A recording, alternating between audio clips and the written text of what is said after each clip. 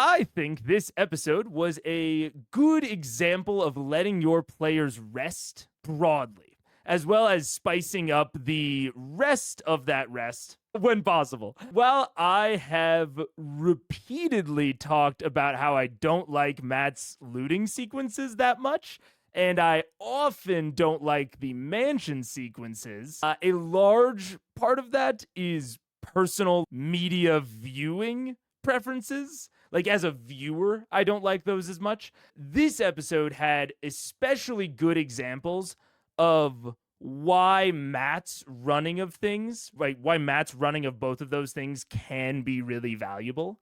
I think he injected some solid RP moments with the Ravenites in the looting sequence and made sure to mix in some clues into the treasure. So, like, I thought at first it was just going to be the big ship mast, but like the ship in general being a part of the treasure hoard, I think adds a decent amount of interest to the sequence, as well as like the Holy Avenger and like some of these more flavorful magic items being in there and like saying something about how Vorugal acquired this treasure and who he acquired it from.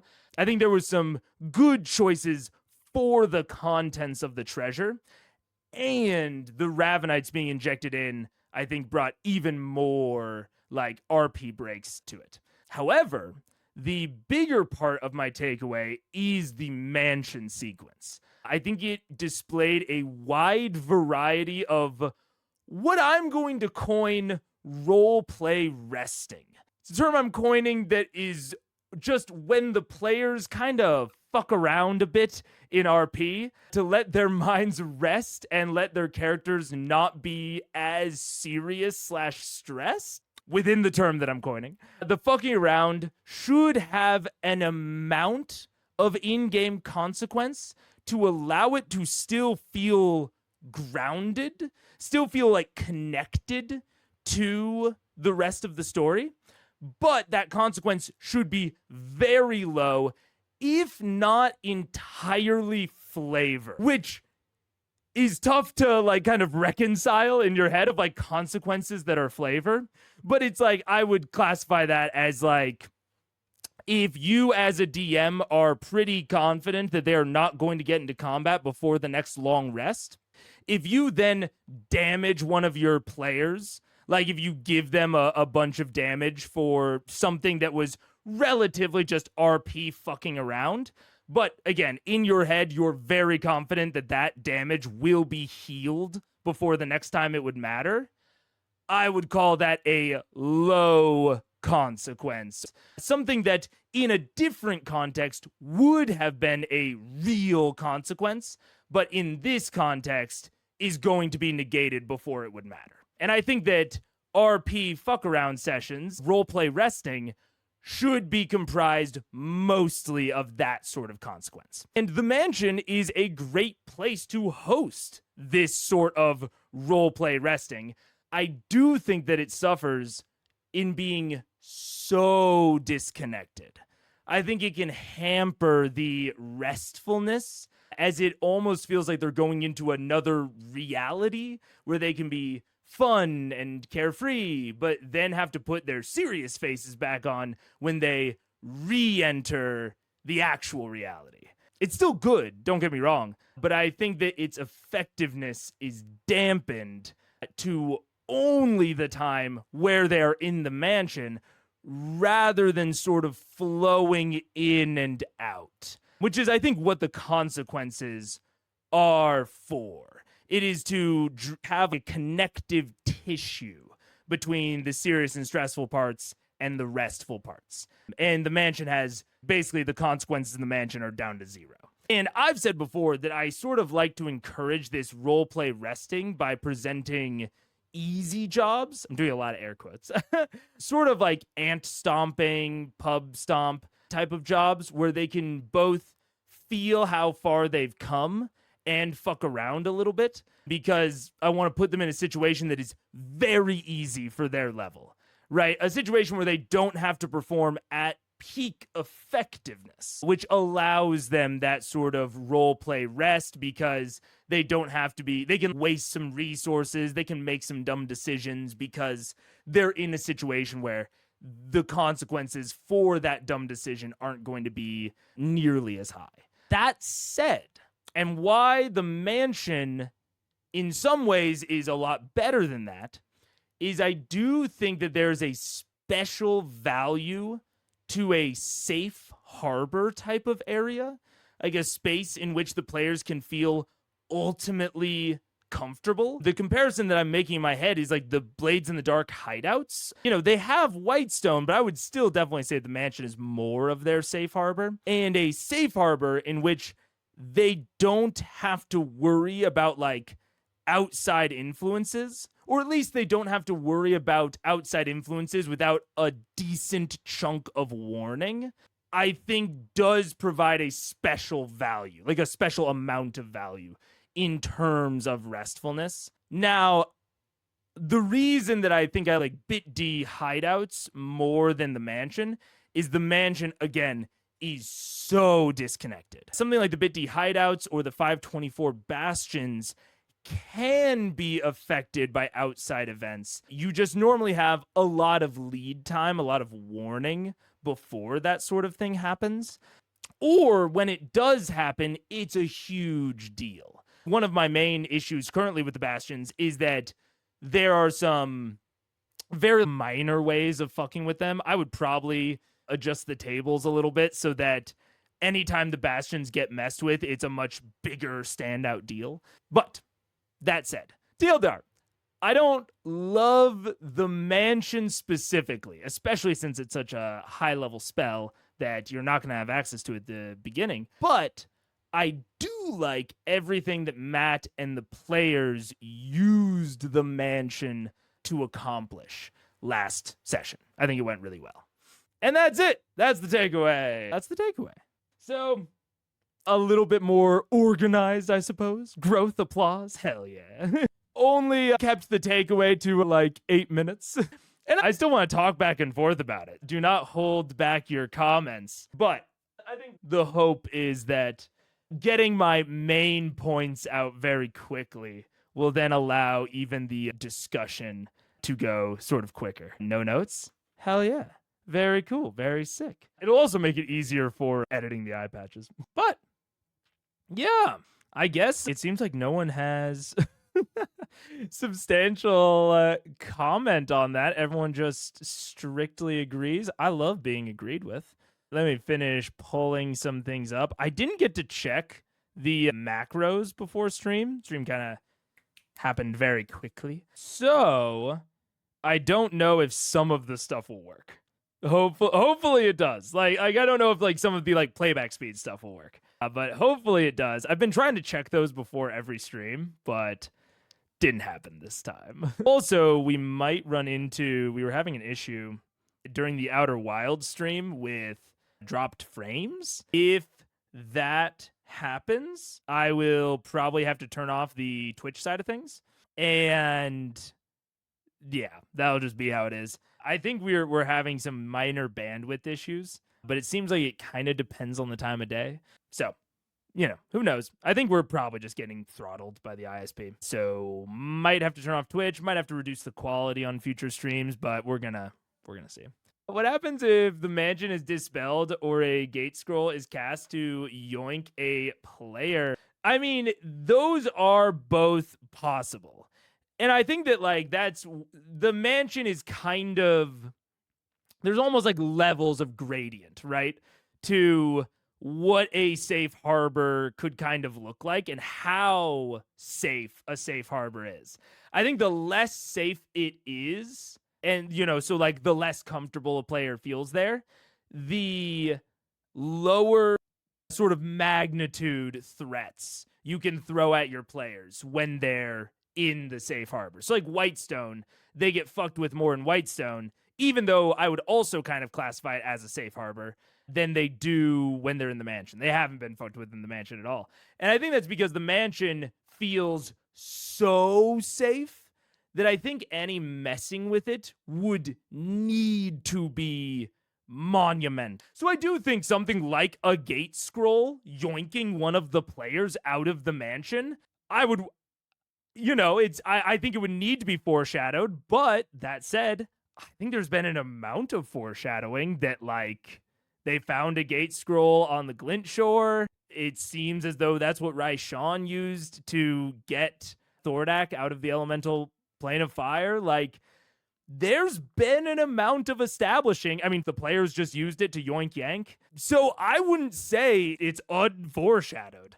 Gate is 9th level. Who cast that? Not Allura. I don't know who could cast it. And that's what I'm sort of getting at is like, there's been an amount of establishing tissue, but this is also not something that you can like just throw at your player willy-nilly. It would need to be something big, something monumental. Now, that said, I think it could work for something like that. Like a fucking final arc inciting incident where, say, one of the Primordials or Vecna fucking steals Pike out of the mansion with a gate scroll and they just like catch a glimpse through the gate of this like smiling entity grabbing her, and then the gate closes before any of them can reach through. I think that could be super engaging because it is a sort of extreme violation of this safe harbor. And I think it could work really, really well to sort of kick off that arc with a bang. But you can like only play that card once. That has to be a huge moment. You can't just like throw it out there, which is one of the reasons that like it's hard for me to like really get behind the mansion broadly, is because it is so safe. I think that is one of the things that sort of holds it back from feeling a little bit more grounded. But I think there's still a lot of benefits to it. And I don't blame the players at all for using it. And this is especially me thinking about this is a lot of thinking about like the lower tiers of play, tiers 2 and 3, or tiers like 1 and 2, because, you know, there's no mansion there. You're not going to be able to cast the Magnificent Mansion. So you need to be thinking about other types of possibly safe harbors before they get access to something like that, you know? We are either wrapped or pestering. Teacher to hit play on the movie, yeah? A shapeshifting entity following them in? I believe a shapeshifting entity would not be able to follow them in, no?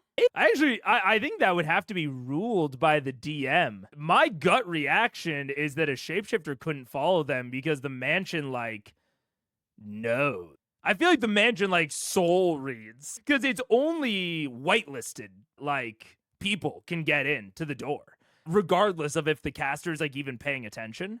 So I think a shapeshifter wouldn't be able to. Like, if someone was shapeshifted into Vax and he was like, and Scanlan was like, yeah, Vax, you can go in, I feel like that wouldn't work. Because Scanlan knows who he's talking about, you know? I don't know.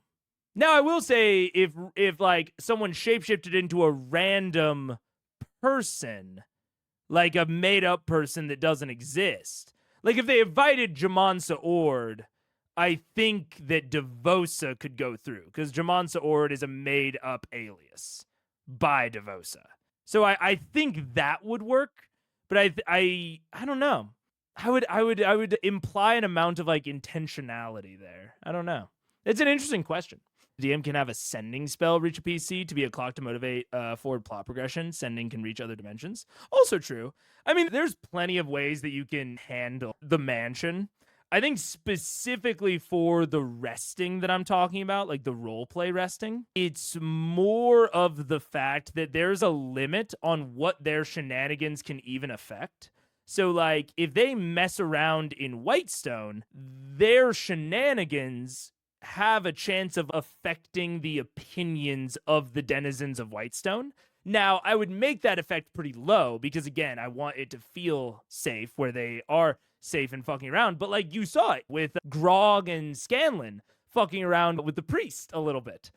And I don't think that that's going to come back and bite them. Like, I don't think that those fuck around shenanigans are going to mess with them at all. But I do think that those sorts of shenanigans are more restful and more valuable than the ones that take place inside the mansion, because the ones that take place inside the mansion basically can't be used later as by the DM. The DM can use those Grog and Scanlan shenanigans later on. not necessarily as a negative thing, but he can make a small callback that I think really helps ground it and sort of make it flow into the other areas. Them flowing from that into a more serious point, they're still sort of getting like residual restfulness, I suppose. Whereas the mansion is like a very hard barrier, Not started yet, but do like the stream. Yes, sir. Yes, sir. How safe is Whitestone versus a tiny hut spell? Ooh, context dependent. That's a good question. It's a good thing to evaluate. I think that is very, very context dependent. I think right now, Tiny Hut's probably safer. But Tiny Hut, in a similar way, sort of cuts you off from the outside world, so it limits the amount of grounding that it can have. That is true. I'd say it's probably fine. I think the caster of MM has to mentally name all those they can enter. If they're given permission to enter, they can. Scanlan could accidentally give them permission. Feels kind of like there's wiggle room there. There definitely is wiggle room. That's why I'm kind of thinking back and forth about it. There's definitely wiggle room. I think it's like there's a question of identity versus if they're right there. I think there's a lot of ambiguity if they name someone that isn't present. Because if they're like, you Vax can enter, Scanlan says you Vax can enter, but the person that they think is Vax is actually shapeshifted to look like Vax, I think that's just like a pure DM ruling, and I don't know which way I would go. It would really depend on the themes of my campaign as to whether or not that person can enter. Because Scanlan has the intention of identifying Vaxildon, the person, his companion that he knows, and the person that he's looking at is not that person, regardless of if he knows that. But on the other hand, if they are right there in front of him and he is addressing them, saying, you, Vax, can enter, if he just calls them the wrong name, but he's still addressing them, what would the mansion prioritize? I don't know. I think there's even something to be, you could even do it something, what is mansion, like a 5th level spell? Dude, you could go the lower security version. So you could go the version that is like, the mansion will be flexible. Like if any part of it makes sense to the mansion, it'll let them through. And then you can upcast mansion to create like a security holding room where if the mansion encounters any potential contradictions, it'll shunt them off to the security room. And then there's like one-way glass that they can like interrogate them through. But you have to upcast it to like 6th or 7th level to do that. What's up, Valkyrie? Hello. Also, hello, Life of Moss. Well, thank you to the pink eye. Oh my goodness, the chat glitched. That's fine. There we go. Scanlan with like a little point. Bag of Holding going into the rope trick space didn't send us all to the Astral Sea. Oh. Yeah, I guess that makes sense. I think the thing I would rule there, if like one of my players asked me about that beforehand, if they were like, hey, will doing this send us to the Astral Sea? I would say that it is only permanent extra-dimensional spaces that cause that effect. Because the thing with Rope Trick or the Mansion is that they do eventually end, and they are also locked in. They are locked in space. And when they end, they shunt anything out of them that was in them. Because the reason that you can't like stack extra dimensional space items is because that's like an infinite storage glitch that shouldn't work. But not like Rope Trick or Magnificent Mansion don't have that complication. They allow like temporary storage, but that storage is still finite because you can't stack a rope trick inside of a rope trick, I think. I would say you can't stack a rope trick inside of a rope trick.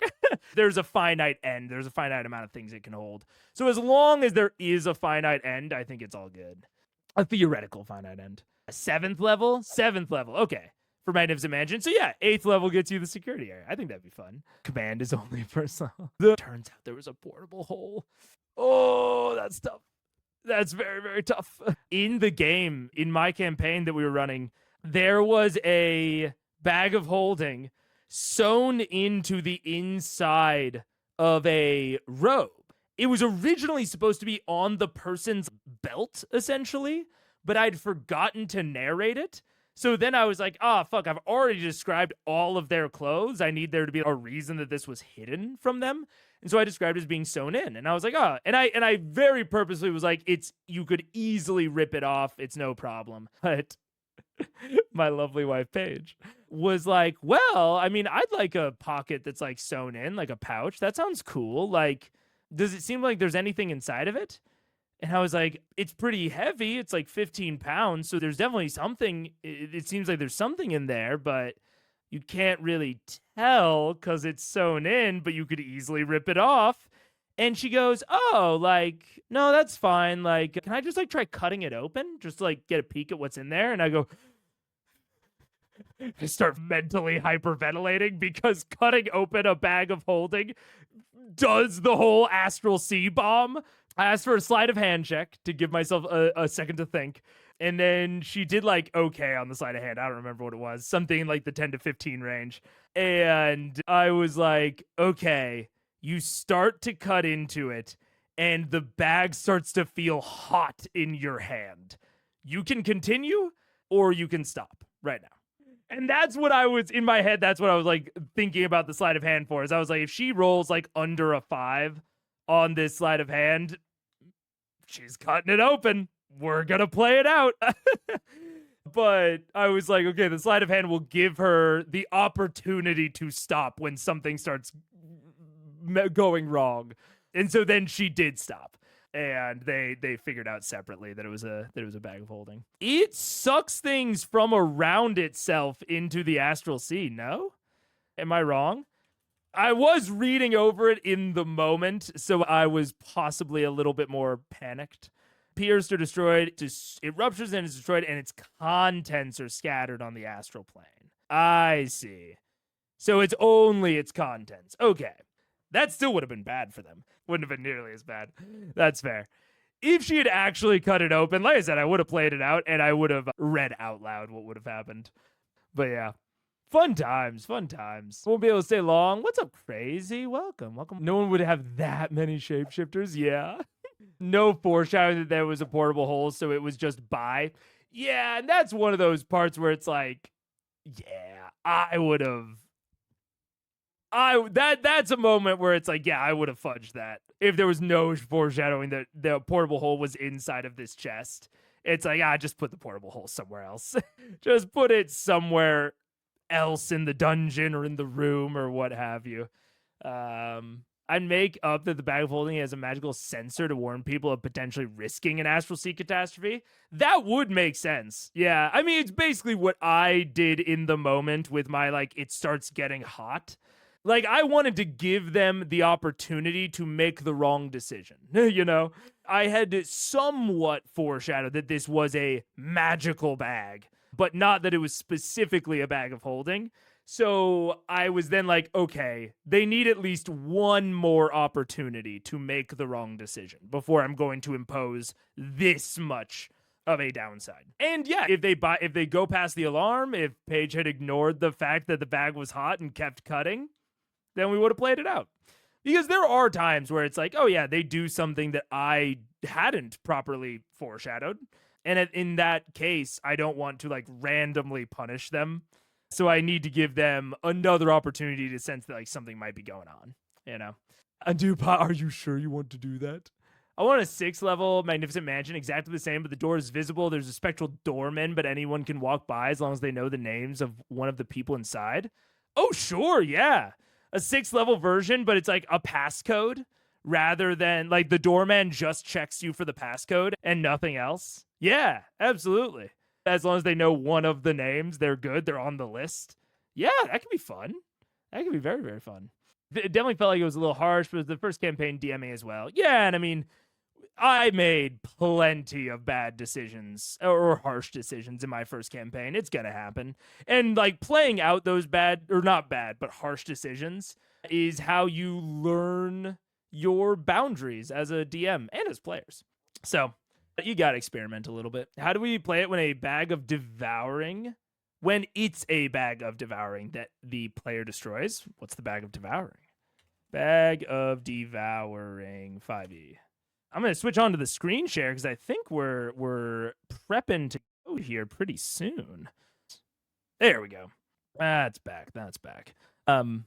Bag of devouring.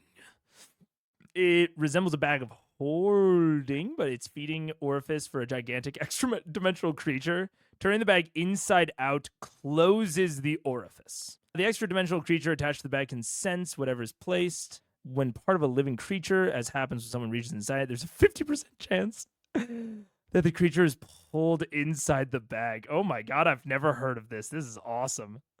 I love it. Another creature can use the action to pull the creature out. Inanimate objects can't be stored. The bag swallows any object. If the bag is pierced or torn, it is destroyed, and anything contained within it is transported to a random location in the astral plane. So most of the text is copy-paste from BOH. What's BOH? Bag of holding. Oh, bag of holding. It's not Brian's of holdings, funnily enough. I don't know if you guys were confused. All right, let's do it. This is a shorter session, but is also low combat. So there's a world in which we get through the full ep today. I don't think it's likely just because of the low speed up, but it is possible. 2 hours and 44 minutes is doable. So let's get into it. And I was told to open it on stream. The Coming Storm. Welcome to tonight's episode of Critical Role, our Halloween edition, where a bunch of us nerdy-ass voice actors sit around and play Dungeons and Dragons. Hi. Tonight, we will astound you with spooky tales. I don't know what's going to happen because we're just going to continue the game that we normally play. But welcome, I'm Matthew Mercer, the Dungeon Master. For those who don't recognize my costume, you're really confused, especially if this is your first time tuning in. Sorry. I am not Dungeon Mastering like that for the rest of the evening. Thank God. Because I think this is year 1 of Overwatch. I don't remember when they did Junkenstein. They will explain. Okay, cool. Not me forgetting that 73 was the Halloween episode. It was indeed. And you know what's even funny? I saw a thing about like a funny way for Matt to open the episode, and then anyone goes around explaining their Halloween costumes. And I was just like, oh, like there's a fun little moment, whatever. I was not expecting anything close to that. I think it's hard for me at first. It was hard to tell if this was legitimately something that Keyleth wanted. If this was something that Marisha wanted to do, or if this was character work. And I think that Liam is doing a good job of splitting the arrow here. I think he is taking it under the assumption that it is character work, but he's also working in an amount of like, hey, if this is a plan that like you actually want to do as Marisha, like, I will. He's doing the character work of holding her back, you know? It's the, oh, let me at him. When your friend, like, wants you to hold them back. He's doing that character work with the caveat of, like, hey, if that's not what you're going for, like, I'm down. And I think he worked it in well. And it's a tough, like, that specific type of character work of my character wants something that I, a player, do not want them to get. Because I think there's a good shot here that Marisha does not want to attack Raishan right now, but she is playing into Keyleth's character that really, really, really, really does. And that is, it's a tough piece of character work to present, but I think even more pertinently here, it's a really tough piece of character work to receive and to accurately respond to. And I think that Liam's doing a really good job of it, if that is what's going on here, which I think it is. This is I and my character want this, or is this someone please stop my character on this idea? Absolutely. Because I think that the idea of someone please stop my character is very fun. And it's something that I think is harder to, unfortunately, harder to pull off in TTRPGs, because we don't want to restrict, as players and as DMs, we don't want to restrict our fellow players. Like it's a really common piece of like starting advice is like, support the other players' ideas and like what they want and all that. So it's a very next level piece of work that requires delicacy from you, but I think even more pertinently, requires a lot from your table mates to balance that. And I think you did a good job. I think you did a really good job of it. It's a neat knife's edge to ride. Yeah. And if you pull it off, I think it shows so much about the character. Like, I think we're getting a really good look at Keyleth through all of this, but it definitely requires good table mates to pull off. Yeah. The comedy gag of a scene member holding you back while you weakly fight to try to fight the person they're holding you back from. Absolutely. Absolutely. Yes. It's an awesome beat and an awesome moment, but when fighting is such a core part of D&D, it's hard to know if they really want to be held back or not.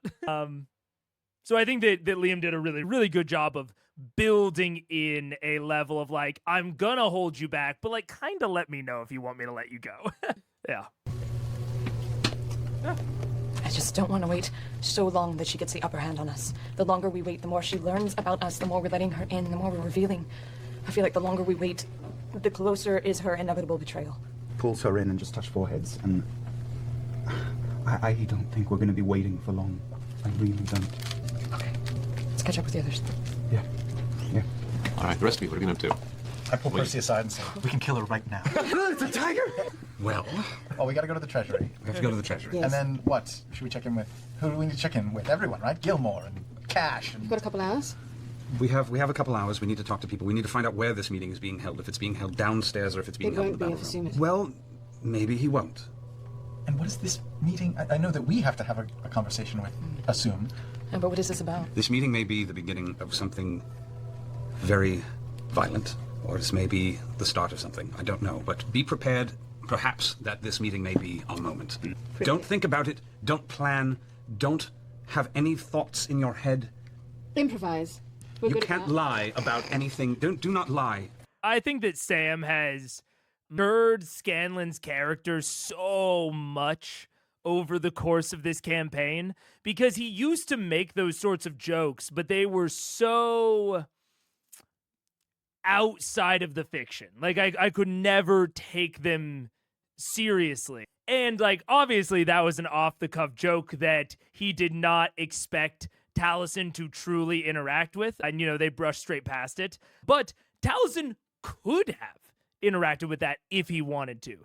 Whereas a lot of Sam/Scanlan's bits in the Underdark, the cast sort of had no choice but to ignore as like one-off little funny bits, because if they really truly looked at them too hard, it became hard to play their own characters, Whereas like in that one, it was a funny moment that everyone ignored, but if they had chosen not to, it was something that they easily could have interacted with in character. Like, it wouldn't have been even remotely difficult.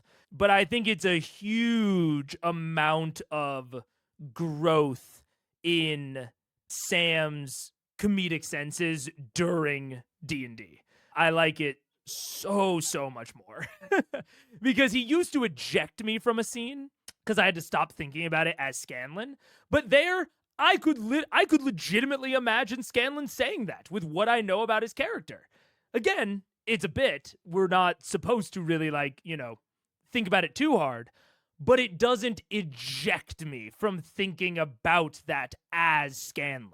It's just this alternate version of Scanlan that didn't get directly interacted with, but it still feels like a character that is being played the rest of the time, which I really like.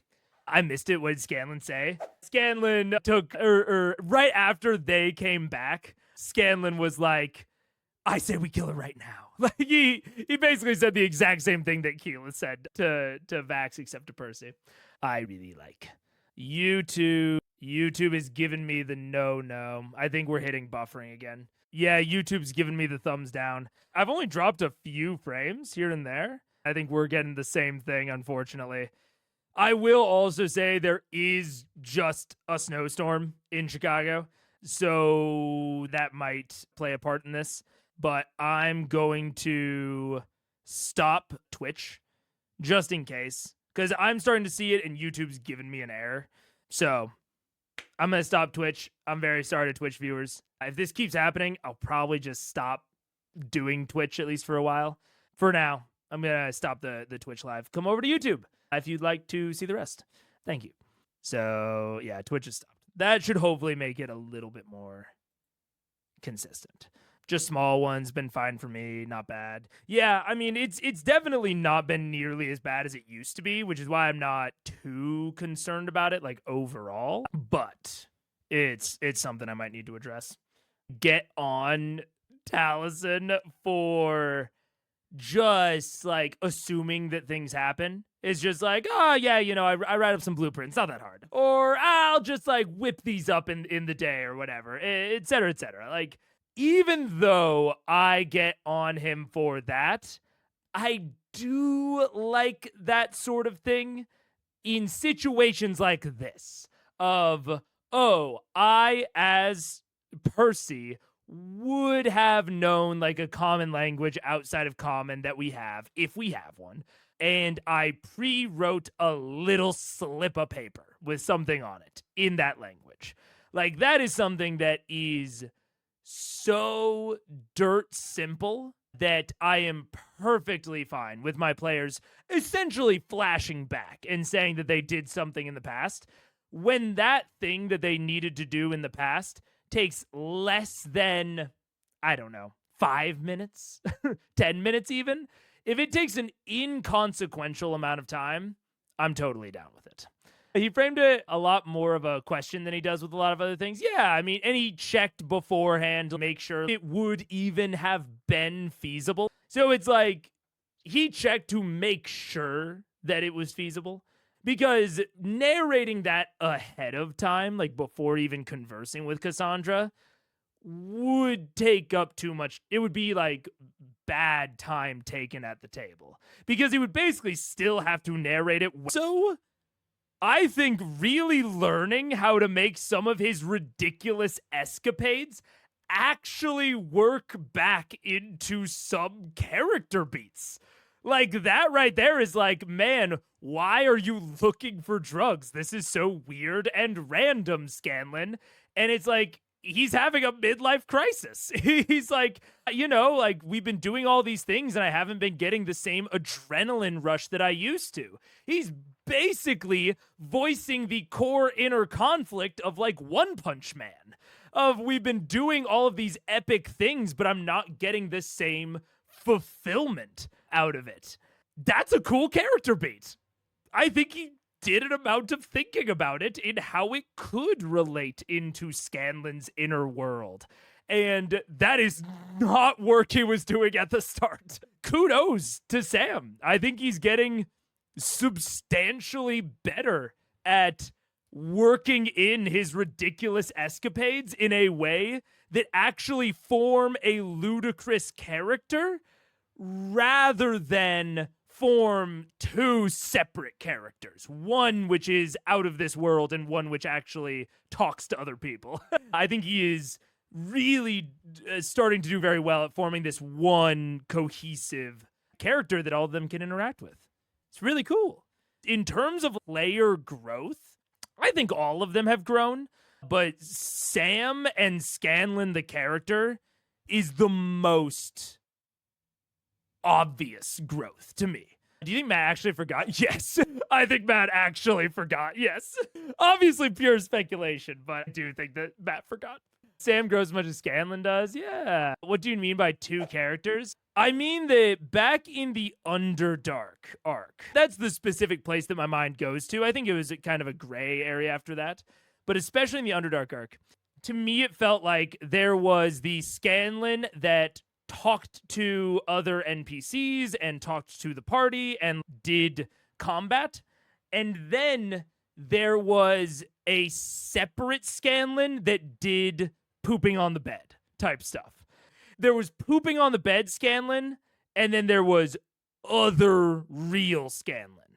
And any time that pooping on the bed Scanlan like reared up, I stopped being able to take it seriously as like a cohesive character, because I felt like the other characters and the other NPCs could not seriously interact with him pooping on the bed in like a legitimate way that kept their characters like worldviews and reactions and personalities intact. Like, I just think very, very few of them would have interacted that way. And so that's what I mean by two separate characters. There was like the character of Scanlan that they could interact with, and the one that I feel like they kind of couldn't. And I feel like nowadays Scanlan is the same person. Scanlan is still ridiculous, but all of his ridiculous antics are actually interactable. And he brings them back into like Scanlan's inner world in a way that I never felt like I saw in the first arcs. I view Scanlan's need for spice as something to calm, tranquilize him, not as an adrenaline rush. Possibly. I mean, I think that clearly he has tied it to something about his adventuring life has changed, right? He is off in some way. And I think that the real thing that I heard from him is he doesn't even know what is wrong with him. He doesn't know if it's an adrenaline rush or a calming thing or whatever. I think that's why he's not even asking for like any sort of specific drug from Jarrett. He doesn't know if he needs an upper or a downer, or like, he doesn't know what's going on. And I think that that is a very like quality explanation for this weird out of nowhere obsession with drugs and with spice. I think that is a truly quality explanation for that behavior. Yeah. I think it's really, really good.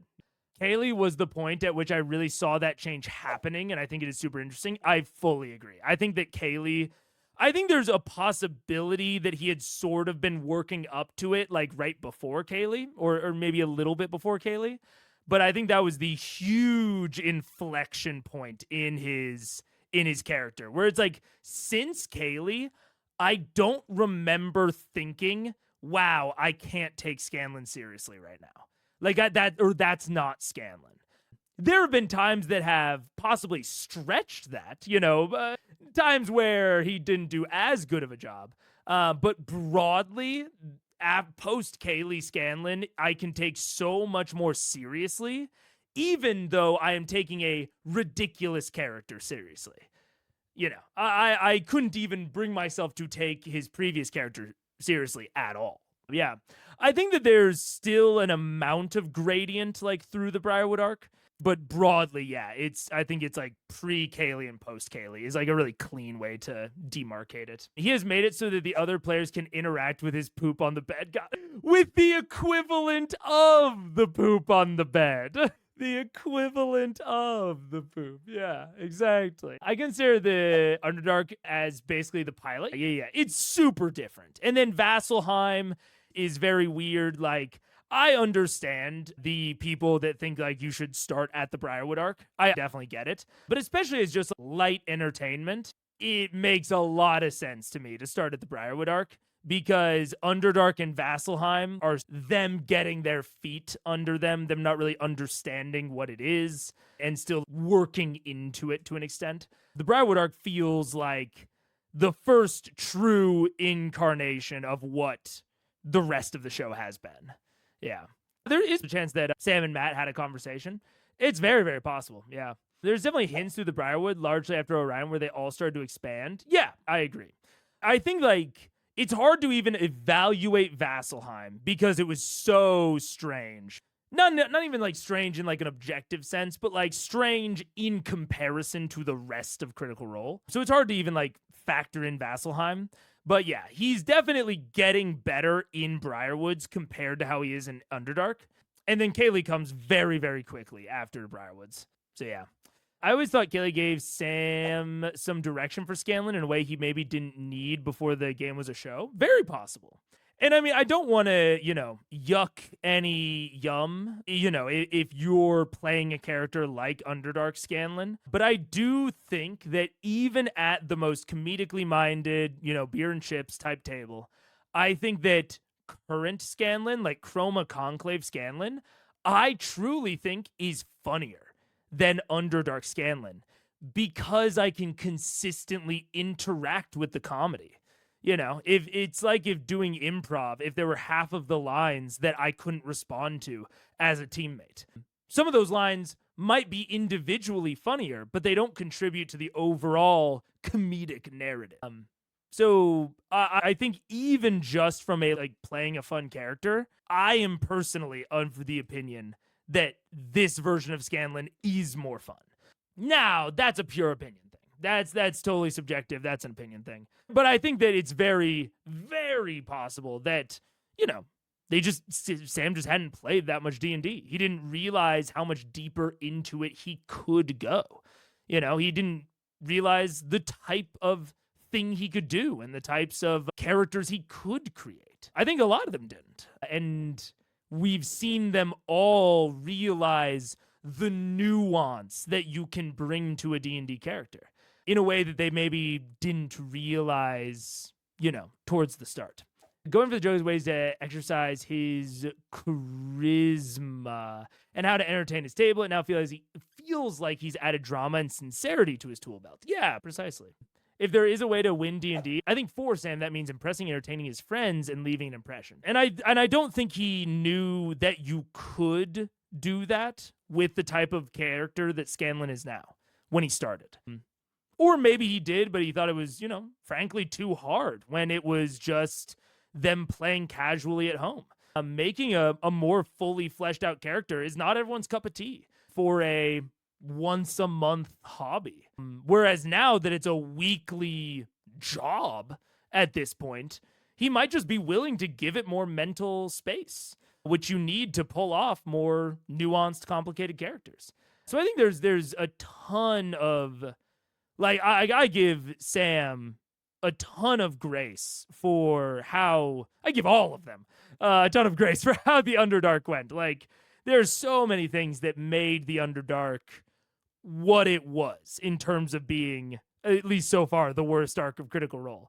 But, like, none of those reasons are indictments on any of the players. They aren't indictments on Matt. A lot of it is just context is the reason that I think it's the worst. Yeah. Definitely funnier post Kaylee. Yeah. Humor is better when grounded, especially if it's somewhere a little dark, at least to me. Yeah, and I mean, humor is subjective, but I definitely think that it is overall more satisfying and overall more fun when it has a little bit of grounding. Yeah. If your character is too lol random, you have no expectations, so you can't buck them. Yeah, absolutely. Yeah.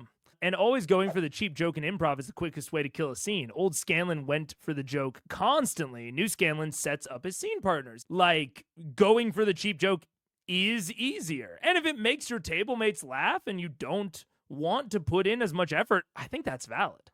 Like, I think that this is a better and funnier character, modern Scanlan, but you don't always have the time to put in more effort.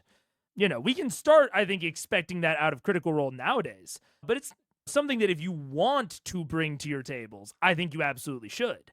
But if you don't have the capacity to do that, I don't think you should feel bad, because it's definitely harder. It's absolutely harder. The LDL has a D&D skit about a character named Poop or something and how he becomes heartbreaking as the campaign goes on. Yeah. Because I think as you go through something, if you're really trying to ground them, it should get progressively better. I just saw a Zach the Bold short that was about the Wandering Tavern, the Kickstarter, the Wandering Tavern. And he literally had that bit in his short of, here's this lighthearted, fun second mate named Schmitty. Hi, Schmitty. Oh man, do I wanna watch it? As it's a short, but you know how I get about like rebroadcasting other people's stuff. I'm gonna show it because I think it is very pertinent and very funny to what we're talking about specifically right now. But this is a broad thing. Zach the Bold, if you see this, I will edit this part out of the VOD if you don't want me to be showing this sort of stuff. I absolutely respect your right to your content.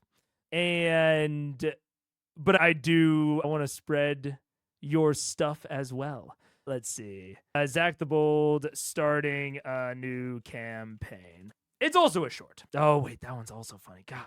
I hope that Zach doesn't suck in real life. I've never met him. I've never talked to him. So I hope he doesn't suck. But I like a lot of his stuff. Not having interacted with him at all. Oh no. Is it going to take too long to find?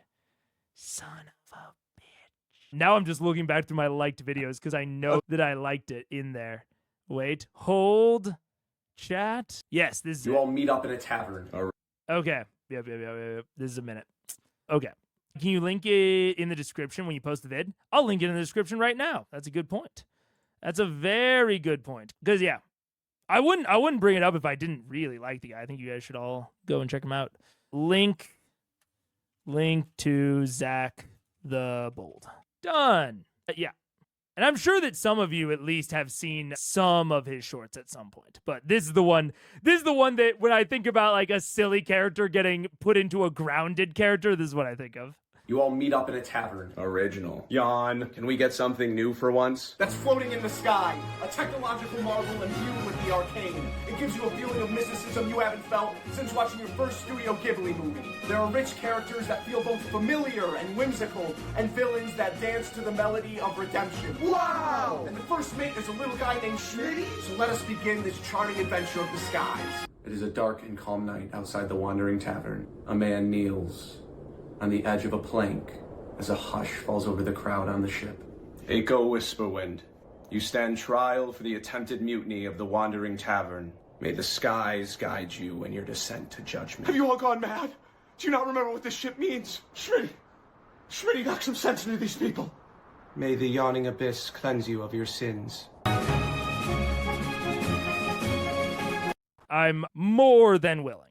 Yeah. I like how Mega never doubted us, but now gets it when we say scaling gets better. Yeah, absolutely. Yeah, it's a bad week for finding out YouTube influencers suck IRL. Is it? I'm not up on the news, though. Who? I almost don't even want to ask because I don't want to bring down the stream. I'll look into it later. I saw a skit about interrogation and showed it to my D&D table. He's great. I would love to do something with Zach. I've never reached out to him because he does almost exclusively short stuff, and I'm not, that into shorts. But he did just post a longer video, so maybe I'll reach out to him. Who knows? I'd love to do stuff with him. He's great. Or at least he seems great. I want to point out that his Wandering Tavern floats, and I was devastated to find out that the inn from the Wandering Inn books does not actually wander, not even on chicken legs. Oh, that's sad. It should wander. The Wandering Tavern should wander, even if it just teleports, even if it's Dracula's castle from Castlevania. It should wander. Come on. I was also wondering, going over my mental list of D&D fluencers, D&D tubers, dungeon tubers. Can I announce this? I can announce this. I won't announce anything specific on it, but I guess you guys can just look forward to it. I am participating in Dragon Week, which is the follow-up to Kraken Week from last year. They're now genericizing it as Monster Week, and this year is Dragons. I think I haven't announced this, right? Or did I announce it? Pointy Hat put it out. So I'm doing Dragon Week. I'm also doing some other big collabs. New Pointy Hat Week. Yeah. New Pointy Hat Week. Deja Vu. Oh, I did it last stream. I'm excited about it. I'm very excited about it, if you can't tell. And the quest that I put out in the Discord is related to what I got cooking up. Kraken Week followed by Dragon Week. What's after that? Tarrasque Week. Next year I could see it being Tarrasque Week. It's only a single week. It's just Monster Week. So it won't be Kraken and then Dragon this year. It's just Dragon. But I could see Tarrasque Week next year. That'd be fun. I like when the building go. Me too. I really like when the building move. But anyways, all that said, maybe I should talk to Zach about being in my Dragon Week. We'll see. This does seem a little poignant right after our whole shitting Scanlan diatribe. We'll say, you know what the first thing I'll say? Grog's built up enough goodwill that I will mentally do gymnastics to make this be fine. That if we want to get real about my biases going into this, he's built up enough goodwill of being a cohesive character that I'm willing to bend a little bit to be cool with this. Now, in service of that bending, he's from the wild, he's a hunter, got low intelligence. He might legitimately think that marking his territory with piss might actually do something. And he did bake in that explanation into the preface. He's doing it away from all of the other characters so that they don't even need to interact with it. So it's okay. Mega, is Travis your favorite player that can do no wrong? It's hard. I don't even know if Travis is my favorite player, but he might be the player that can do no wrong in my head. I think he is the character and player that I am the most willing to defend to a degree that I wouldn't defend the others. So take that with a grain of salt. I think the points that I just made are real and fair, but I don't think I'm being as harsh or critical as I might otherwise be. There isn't a whole lot in the way of ornate craftsmanship on the exterior of the castle or the walls, but you feel, as far as your interest, Grog, this is a good wall. It's pretty nice. And you mark your territory. Yep. Expertly. All right. You do so with gusto. Congratulations. Thank you. Home. That's how Grog spells home. Stellar RP. Hell yeah. How else do you spell home? All right. Unless there's anything else needs to be done. Yes. I'm not done with my errands. Can I go find Kynan? You can. Yeah. Kynan, who is currently under the watch of Jared at the moment, is asleep. And you start walking towards the direction as Scanlan is leaving the exterior of the bear training ground. Hey, buddy. Oh, there's an interesting thing here that I've never thought about when it comes to what I will call a hub world, which is kind of what Whitestone is acting as right now. Like, I think most hub worlds are safe havens, but it's where you, like, send all of the important people. And it's also normally a safe haven as well, like I said. And it's where you, like, come back to on your adventures. In, like, Sunless Skies, it's Fallen London. Or, not Fallen, Risen London. In Skyrim doesn't really have one. I can't think of a good video game example. In Baldur's Gate 3, it's kind of your camp, where you, like, send people back there. And you, like, you know, do all of your adventuring out of that. The Bastion feature in 5e, yeah, it's adjacent. But when I think of a hub world, it is the place that you circle back to. So it's like you have your hub world, and then you go out on an adventure, you do your adventuring, and then you circle back. It's really what Whitestone has acted as. And, you know, hub world from the because of, like, a hub and spoke, you know. So you have your central hub, and then you kind of spoke out for all of your adventures, kind of like this. And a lot of times, if you get an NPC or, like, a friendly person out here on one of these adventures, then you ring them back into the hub world. There is something to consider in D&D when it comes to bringing a ton of NPCs back to the hub. It does start to mean that the characters have constant access to a fuckload of NPCs. And, like, important NPCs that they might want to consistently talk to. And that can be complicating when it comes to executing on certain kinds of stories and story themes. It can also be complicated from a pacing perspective. He's got to talk to this person, and then they have to talk to Kashaw, and then they have to talk to Jared, and now they're going to go talk to Kynan. Gilmore was at the start.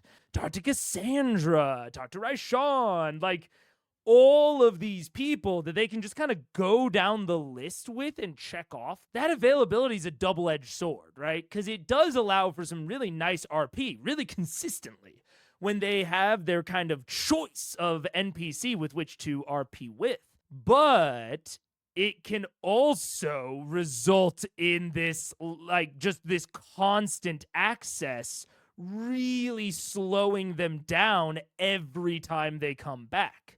I think there are some ways to mitigate that. You can have the NPCs have jobs that they need to do, you know, where they are also going out on spokes. So you just have not every NPC be there all the time, which is, you know, similar to what they had with Allura earlier.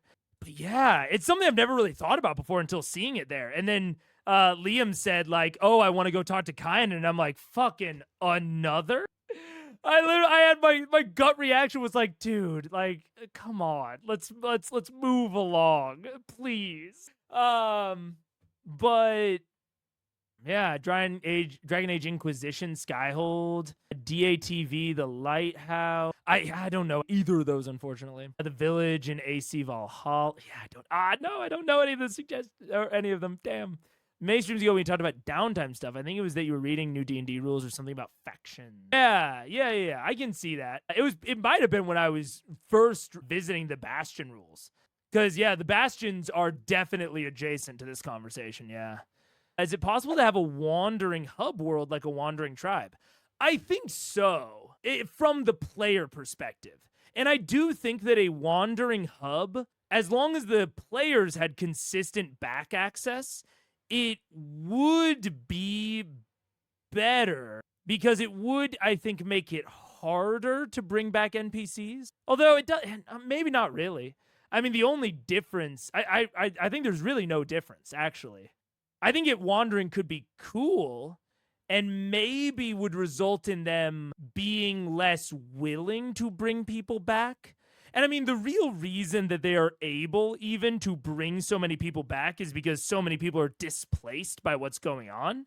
So a lot of people need a new home. So it is to a degree a somewhat specific problem to this arc where they're sort of gathering all of these NPCs in the hub world. But I don't know. It's hard to say. Saltmarsh is an obvious hub world. Like, that is what the game is built around, is you circling in and out of Saltmarsh. And so I'm going to be very wary about the NPCs that I introduce in Saltmarsh, especially as they start to ally with a lot of them. I don't want every time they come back to Saltmarsh to be a huge slog of talking to all of the NPCs that we've met, which Saltmarsh could easily turn into. Specifically, because I think this is very circumstantial, because there's also, with the current arc, with the CC arc, it's much less reasonable that any of these NPCs are missing for any reason, whereas when they were in Amon in Grayskull, yeah, if they popped by Gilmore's Emporium, he may or may not be there.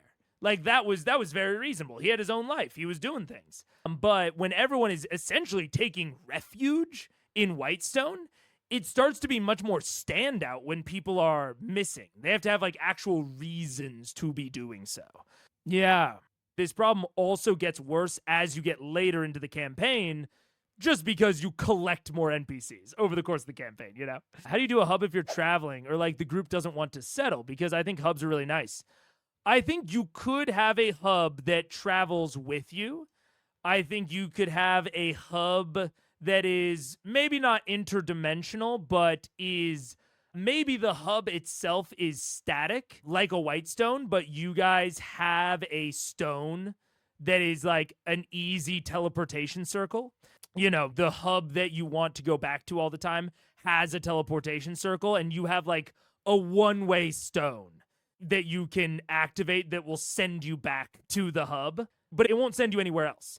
It is purely a recall stone. So it's an instant comeback, but then you can travel back outward. If you want to do a more long-term travel sequence, you could have stones that you could have something like the rubber band stone or something that's like once a month or once every 2 weeks or once a week, it will allow you to go back to the hub world for exactly 24 hours. And then it rubber bands you back to wherever you just were, like the whole party. So you basically have a temporary, like, hey, for 24 hours, you can go back to the hub. And then you're right back to where you were traveling. BG3 handles this by simply not letting you ask the NPCs at camp for anything big. I mean, BG3 and a lot of video games, this isn't a problem because the NPCs don't have infinite dialogue trees. The only reason that this is even remotely a problem is because NPCs in D&D explicitly do not run out of things to say because they're being voiced by the DM. So it's really not a problem. Yeah. Could be worse. Yeah, that is true, Sarah. That's a really good example. Magic Train could work. A flying thing. Like giving the NPCs reasons not to join the hub or reasons the hub wouldn't want more people. Yeah, precisely. And there is that very explicit aspect to this of one of the reasons that they are so capable of bringing all these NPCs back to Whitestone is because of the context. This isn't normally as big of a deal, but it's still something I'm going to be thinking about. Yeah. Actually, giving it thought for that same reason, walking Met Castle as your hub would be cool as fuck. Over the campaign gets upgraded and could even help fight in the final battle. Yeah, a wandering Met Castle could be super, super fun. Yeah, like the stables in Breath of the Wild, there are many of them. They all look the same. They're everywhere. Yeah, like a teleport back to it. Yeah, I mean, you could do a waypoint type system as well. That could also work for a traveling sort of campaign. You could easily do a teleportation circle network. I mean, fuck, this is what teleportation circles, like, this is why they have glyph addresses. This is why teleportation circles have glyph addresses, is if there is a teleportation circle network in your world, you can get back to your hub, even if your hub's a secret, because you're the only one that knows its glyph code. Or, you know, one of few people. Like, that is like half the reason to have a teleportation circle network, is to facilitate that sort of like teleport back to the hub. Giant boots of the winding path, very much so. Like a teleportation circle version of the winding path. It's like, yeah, the wandering along the winding path or something like that. Yeah, precisely, amusingly Saunders. Yeah. I think that sort of thing could work. And I think I'm mostly thinking about this for my campaign because I think that this situation is unique and very contextual. I don't think it can really be broadly applied. But I do think that my campaign might run into this for separate contextual reasons. So I'm going to have to keep my eye out for it. Hi. You look a little rough. Right? I'm fine. Just one of our employees punched me in the face. Which one? You don't want to know. It wasn't the cooking cook. You look really tense. You look out of character. All that said, that moment right there is a lot like what I talked about in the Dissecting 20 episode 1, where getting all of those prelude scenes with the characters interacting with NPCs was really fun and very interesting because it communicated non-verbal things, or just generally things that the characters would learn about each other, but that might not be obvious to the players in those sessions. This is something that, like, what Scanlan just described to Jarrett does seem like something that the rest of the party would have non-verbally noticed. Like, would have noticed just within the process of living together and having traveled together for so long. It's something that also Scanlan probably would have never verbalized until now. So having these NPC interactions can be a really good excuse to vocalize a lot of those things that your character is doing non-verbally. Which that isn't necessarily a defense of, you know, stack all your NPCs in the hub world.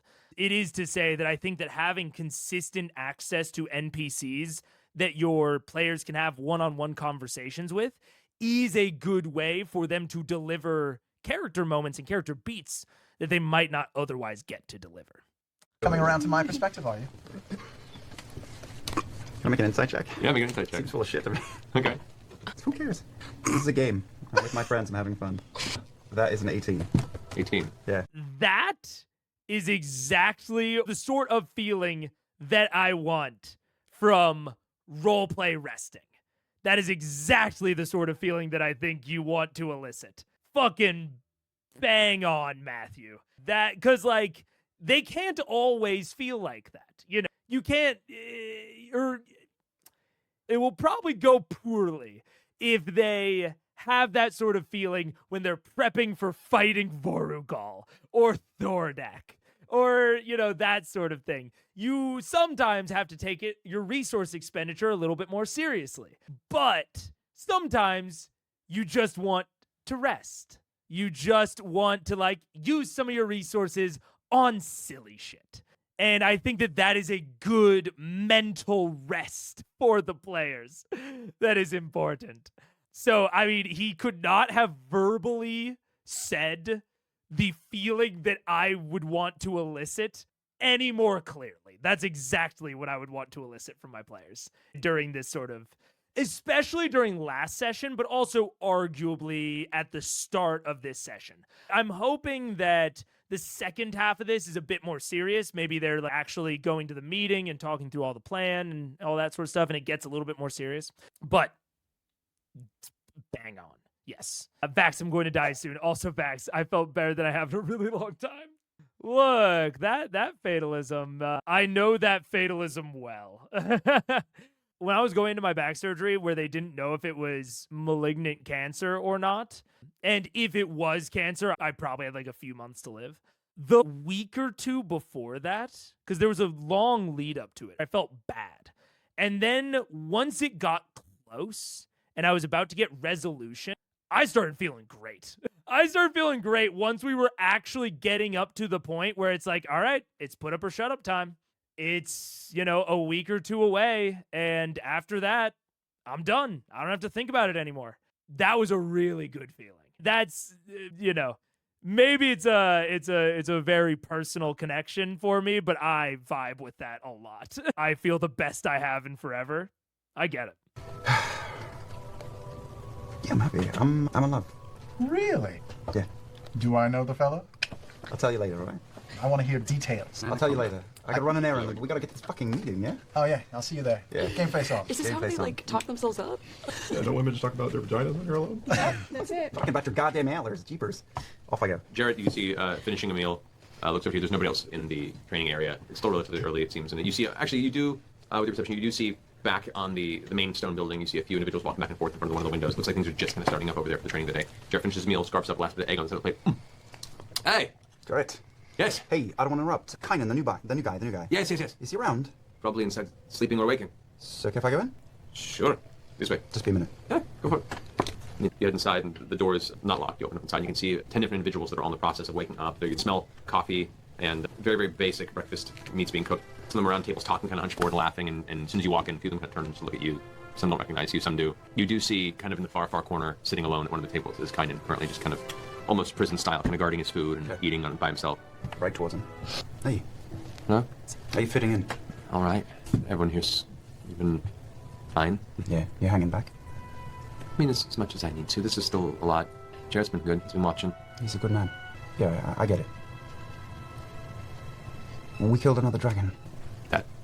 Wow. Yeah. I don't want you to question your decision here, all right? No. I mean, this is... I don't have anything else right now, really. So, what's the question? There's no question. But if you could do me... I have 2 favors I want to ask. All right, we're about to go into the ad, and I wanna make sure that it's paused this growth, if you ask me. I agree. I think it's really good. And I think that it is talking more or wrapping it back to like the depth of the characters. It's like I don't think that, you know, Underdark Grog realized that. Even if his character had gotten to that point, you know what I'm saying? Even if his character had gotten to that point, I don't think that Travis had realized that. Travis may not have even realized that until Marisha just hit him with that question, which is encouragement to RP hard with other players. They might brush it off, they might not be feeling it that day, and they might give Pidley answer, that's totally fine.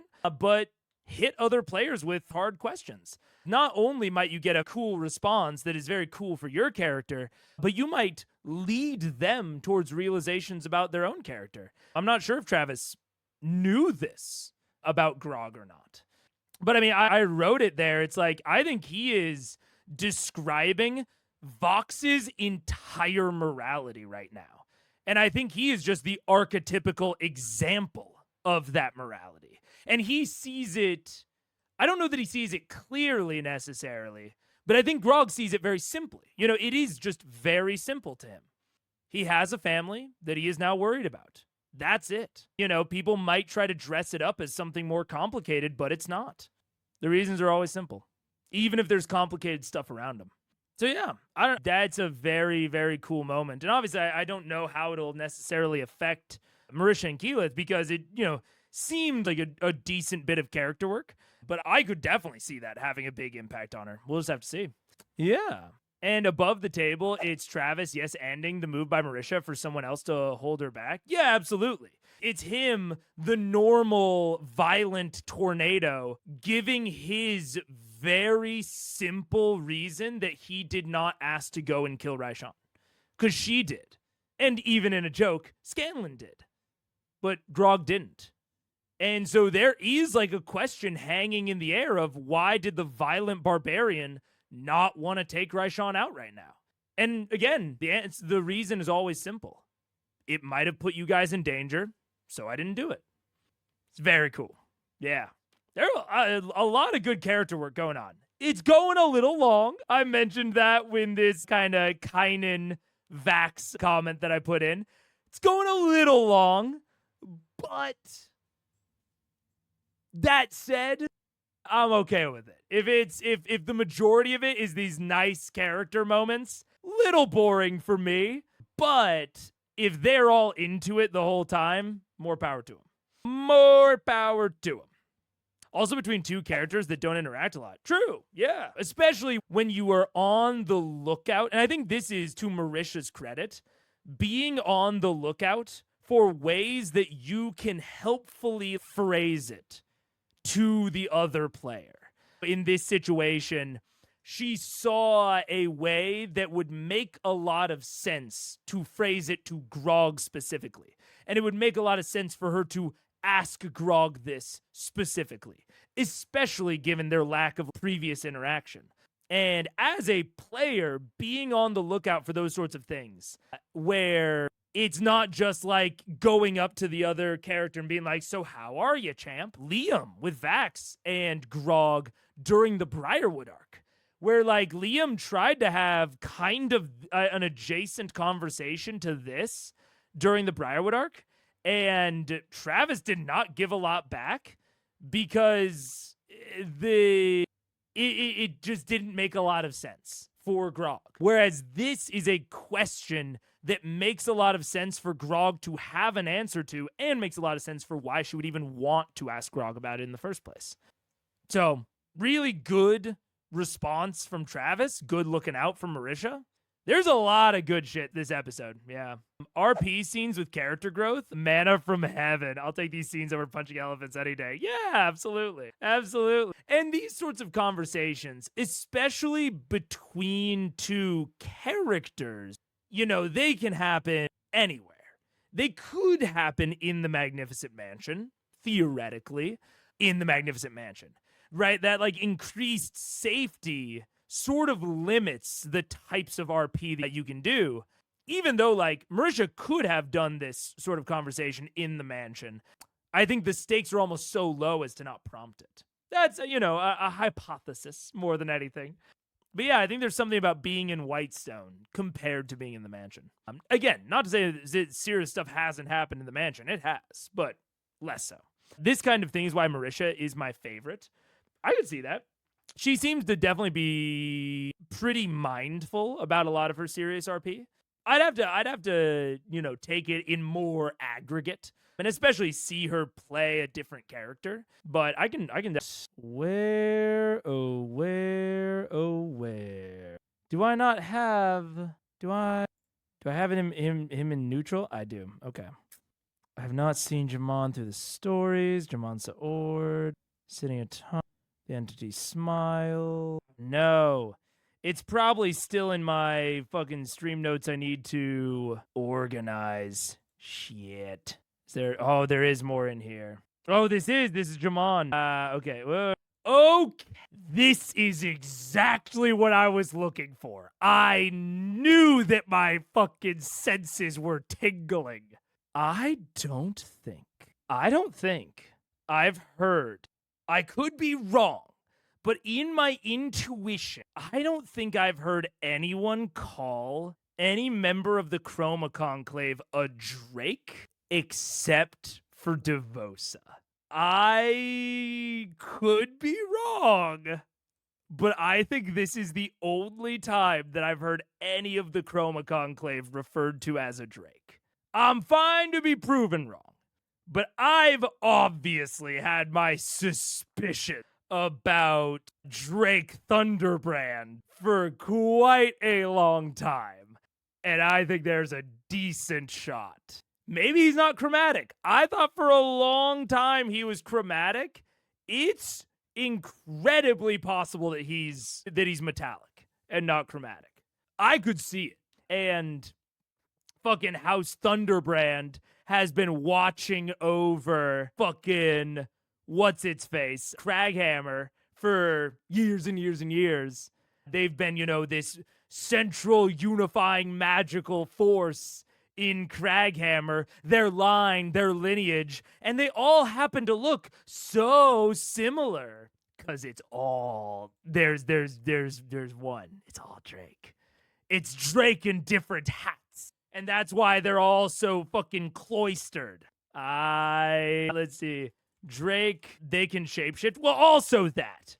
Drake referred to Raishan as a foolish green Drake. I am pretty sure the only other time a CC member has been referred to as a Drake was by Devosa.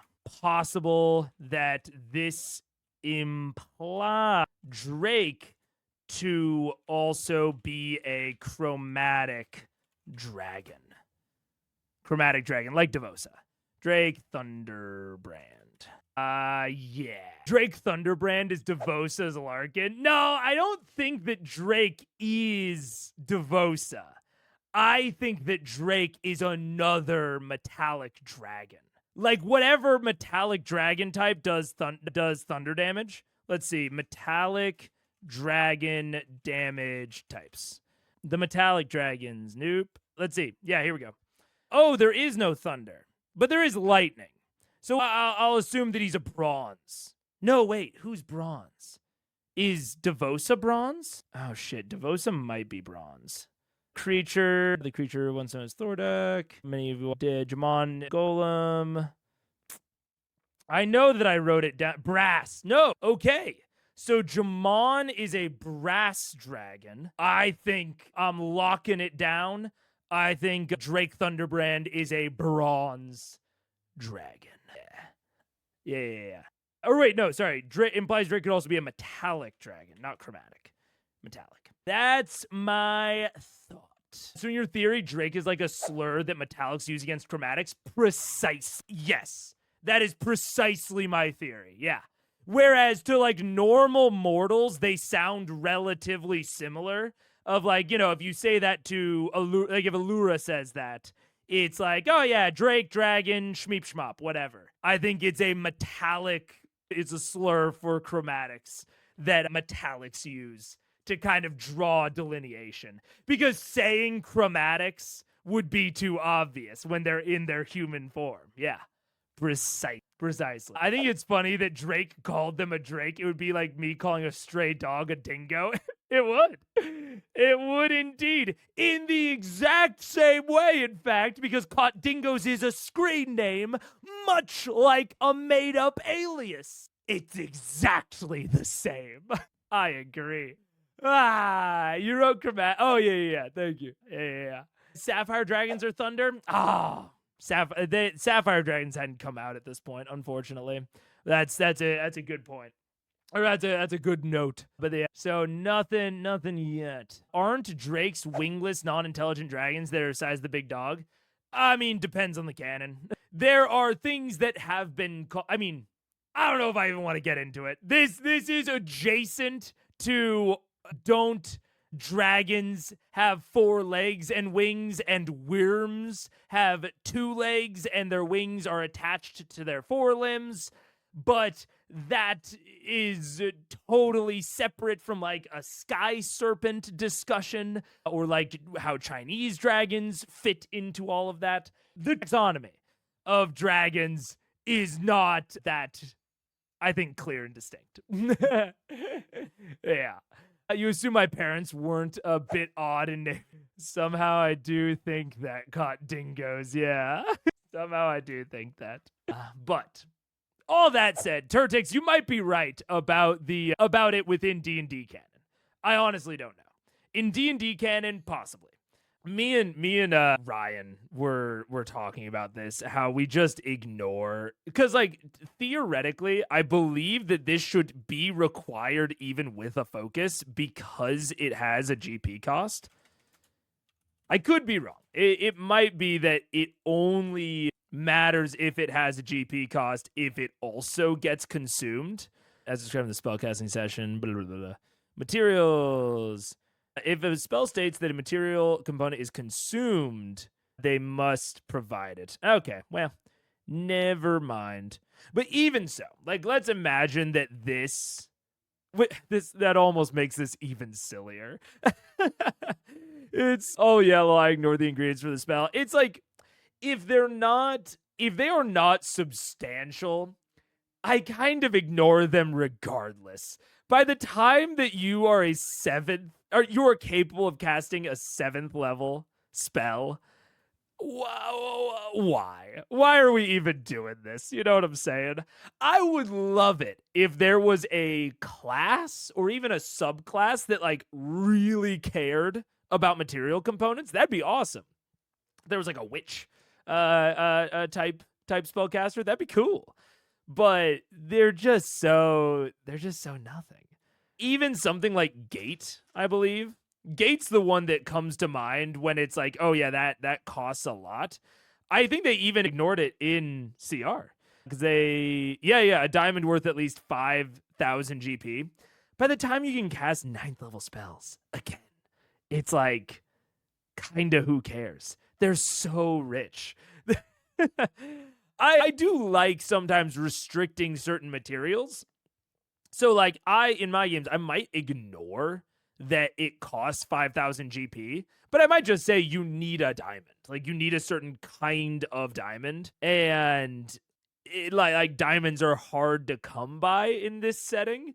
But I would almost exclusively relate it to the material, not to the gold cost.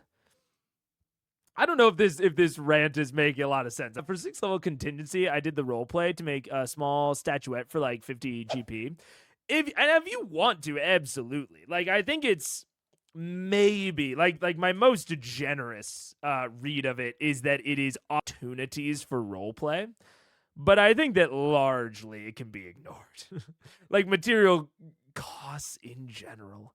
So I actually think in this case, like Gate was presented to them like with a spell scroll. It's not like they had Gate. And I think a lot of spells could serve that sort of function, especially if they're homebrew, where it's like you present them as a spell scroll or as they're locked inside of a ring of spell storing or something, and they require a very specific material.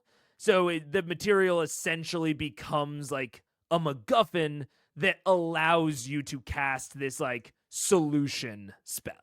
Say that they had a problem that, like in their case, right? Gate did solve a problem for them. It theoretically helped with the Vorugal fight. I have my own thoughts on that. But the Gate spell could also be a much more direct solution to like a more like direct problem. Like if they need to find someone on a different plane. This is a very direct solution. And these sorts of direct solutions, I think I'm cool with like a special material being required for that sort of thing. But I so don't care about the gold cost. The gold, like every time a gold cost gets involved, unless it's on a resurrection spell, I almost always find that it's a pittance compared to what most parties have at that level, you know? So it always just, yeah, no, it's a little silly to me. Gate was covered by a scroll, which helps, but I'm pretty sure Magnificent Mansion is the one that always gets ignored. Ink you do, actually. Now that you say that, I would have to look it up. I think you do still. I believe that the spell scroll just gives you the ability to cast a spell that you don't otherwise know. I don't think it covers the material component, but I could be very wrong. I have not, the only time that I've had my party not just sell spell scrolls was when we had a wizard and they just copied the spell into their book. They did not cast it from the scroll. Spell scrolls are cool. And I think that the gate spell scroll in this case was a really good example of how you can really use spell scrolls in D&D.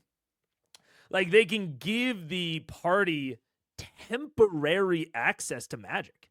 Like, that's not something that, I don't want to say that's not something that's common, but it's so flexible. Like, magic in D&D is already so flexible that giving your party, like I said, essentially temporary access to magic, that can be used in a lot of really fun ways, especially if you are a little bit fast and loose with the materials. Maybe you require some weird ones. That can be an arc in and of itself, just to acquire the material components to cast the spell. You know what I'm saying? You could do something that they require a rare diamond only found on the elemental plane of Earth. It's a diamond that can't form on the material plane, and so they have to go on like a side quest to acquire it. Absolutely. That could be so much fun. My GMs usually say to knock off the gold cost and don't worry about it. I think that's probably the most common. I don't even worry about the gold cost personally, but I think it's fair too if you want. But yeah. I don't know. Material components are weird because they are something that I could be super interested in. I love like ritual magic and like magic that, like, I love the aesthetics of a witch, of like needing an eye of newt and a giant's left pinky toe. I love that sort of shit, but it's not really baked into D&D, at least in that way, where you need like, you know, multiple components of like a recipe or a formula. Recipe casting maybe is maybe a good way to phrase it. Material components feel like they're trying to go for like recipe casting, but they don't. I don't know. I don't think they go far enough.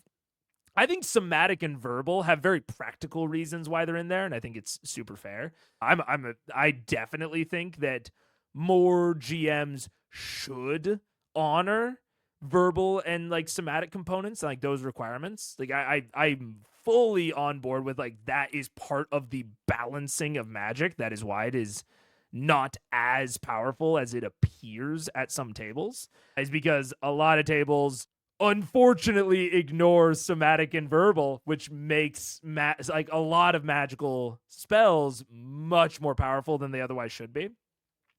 But materials, I don't know. I feel like they're a little underbaked. Speaking of recipe casting. Yeah.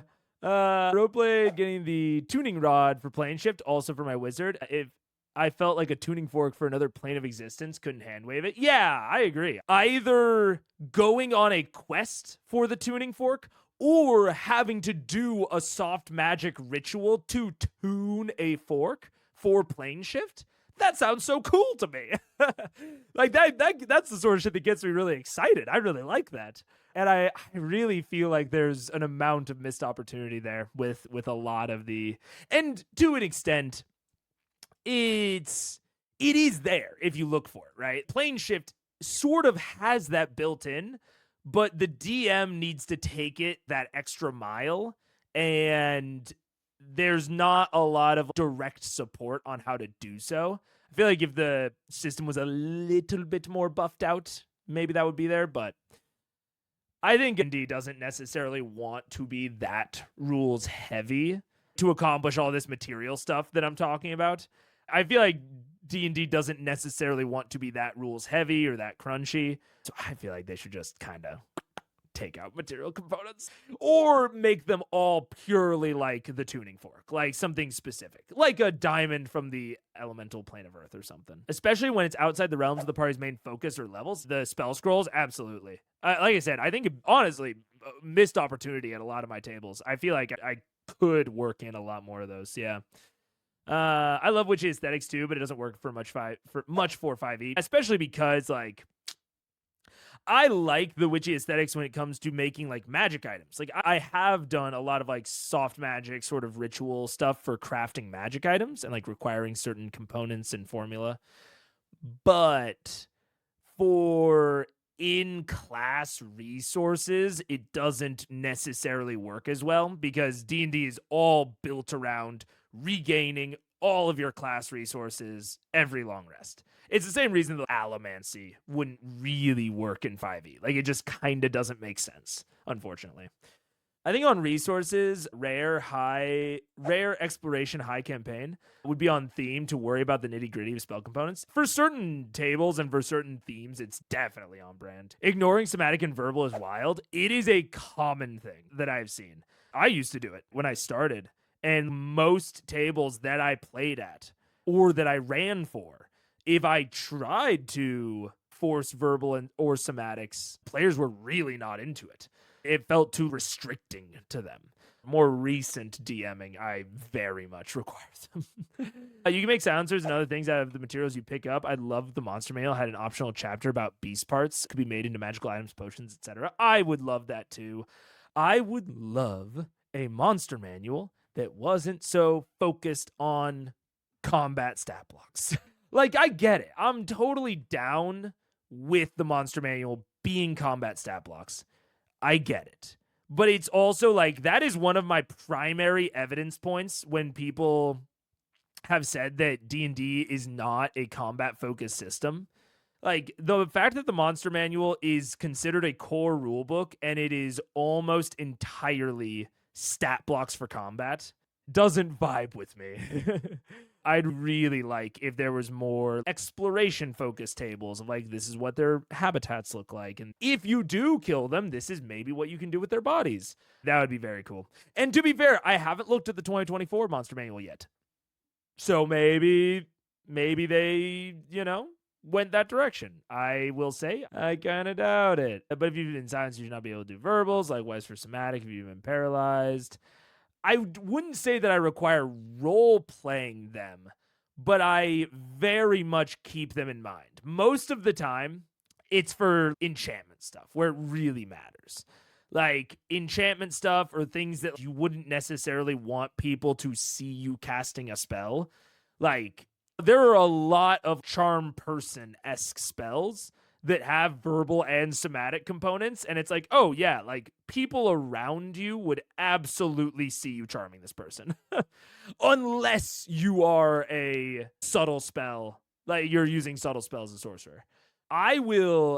If someone wants to be like, can I stealthily cast the spell? I'll require a check for it, but I'll be like, you can only probably sneakily do one of the two things at a time, unless you want to do 2 checks, and if you fail either of them, it's going to be very visible, which is essentially giving disadvantage to the roll. So yeah, I don't know. That's the part that I see most often. Yeah, if you're silenced or paralyzed, I think that's relatively normal. Or not normal, but I think that gets accounted for more often, but it's a lot of times when people just wouldn't want to be seen casting spells. Would you rule that it's harder to hide casting higher level spells? No, I would rule that it is always the most difficult to hide the highest level of spell you can cast. And every spell level below your highest possible spell level gets progressively easier. I think you could even do it by 2DC. If someone asked me, can I hide the somatic part of my casting? It's probably like a DC 15. DC 15, Arcana, or Sleight of Hand check, whichever's higher, is probably what I'd say. And then it's like for every, so say you can cast 3rd level spells. If you try to cast a 1st level spell and want to hide it, I'd probably knock off 1, actually. I'd probably say DC 13 in my head. I always imagine casting something like Wish takes more flourish and stuff compared to Ice Knife. That's fair. It's fair. But I think, to be totally honest, if I'm really trying to self-evaluate, I think I wouldn't want to rely on my in-the-moment intuition for that. I think I would want to tie it to something like relative spell level, because that's something that I can much more easily fall back on in terms of difficulty. So I think if you're capable of casting Wish, that is the same level of difficulty as a novice, a level 1 adventurer trying to hide casting Ice Knife. It's like as your skill in the magic grows, the more simple spells become easier to hide and be subtle about, especially as your experience in casting level 1 spells grows. I think you would become more and more accustomed to the movements and to the process to the point where you might be able to like focus more on hiding them. That's the way that I would justify it in my head. If my players had a problem with that, I could see alternate stuff, but that's probably the way I would go with it in my head. Yeah. Ice Knife produces literal ice shards, though. Charm Person less so. Yeah. For Ice Knife, this is not as relevant. Although I could see you possibly wanting to hide the fact that you're casting Ice Knife. Like if you want to make a section of the floor very slippery, you might want to do a stealth Ice Knife. I could see it. Yeah, and again, I feel like a level 1 wizard is going to be much worse at hiding their casting of an Ice Knife than, say, like a level 15 wizard. You know, I think the level 15 wizard, they're so used to casting those lower level shit that they are more capable of like of hiding the somatic part of it as their power has grown. Yeah. Sensitivity to Arcana of the... Yeah, I would also probably make this a contested check. My players don't do it very often, but it would also depend on the observers. Like if there was like a named observer that even I had like a stat block for, that's probably a contested check. If we're just around like a mob of NPCs that don't have any stat blocks, then it's just going to be like a mental DC in my head. You can easily transport that over into a contested check and then give a modifier for the relative spell level. So yeah, if they're like a level 15 wizard, what is that, like 7th level spells, I think? And they try to hide a 1st level spell, you either give them like a +6 or the enemy that is rolling the contested check like a -6 to their perception. Yeah, I don't know. Normally, it doesn't happen often, and when it has happened, I have just fallen back on like DC 15. But it doesn't happen often at my tables. So I can't say with confidence that this is exactly how it would play out if I actually did it. Good thing I'm not GM for you then, because I'd be like, you cast it successfully and then the ice immediately hits the floor and breaks. It will be a puddle in about 5 minutes. Now roll to see if they heard. I mean, I would be fine with that. I'd be totally fine with that. This is one of those things that I think a DM needs to decide how they're going to handle it. I don't really think that there's a super wrong way to handle it. It's all just like tonal stuff. You know what I'm saying? Yeah. I think it's really like how powerful do you want spellcasters to feel? Like how high magic is it? Yeah. Yeah. I'm very much thinking about this in the context of my own like tones of my campaigns. Discussing. I am Raishan, member of the Conclave, and up until recently, tenuous ally with Thordak the Cinder King, who is now considered a mutual thorn in all of our sides. So, I've made an agreement with your Vox Machina for quite some time. And together, using our combined strengths, we slew Voragol, the Frigid Doom, over in Wildmount. We've returned to reconvene. I provided nothing but honest, upfront, and necessarily vital information to your victory. So, I will confirm everything but the quite some time to the room. I was just writing it down. Me and Taliesin are on the same wave. I love that Raishan threw in, I've been working with Vox for quite some time. That's perfect. That's like a small little deception that really changes the tone of a lot of this. What's up? I'm always so impressed by the world building Xandria and Mega's notes to keep up with it. Look, I gotta have notes. I would not be able to keep up with it otherwise. I think there's a really good shot. I mean, I do think it's impressive. Don't get me wrong. But also, to an extent, it is slowly becoming Matt's job. You know what I'm saying? I think it's, at this point, there's... Like, he's obviously still doing professional voice, or I guess I actually don't know at what point they kind of transitioned over to Critical Role being their full-time thing. I'm assuming it happens soon, if it hasn't already. And like even me, like at this point, D&D is slowly becoming my job as well. So it's like, I doubt that there was this level or depth of world building in Exandria originally. I think the Underdark arc is probably more representative of what their game used to be. Not to say that that's like a bad thing in any way, but, you know, an amount of cutting yourself some slack.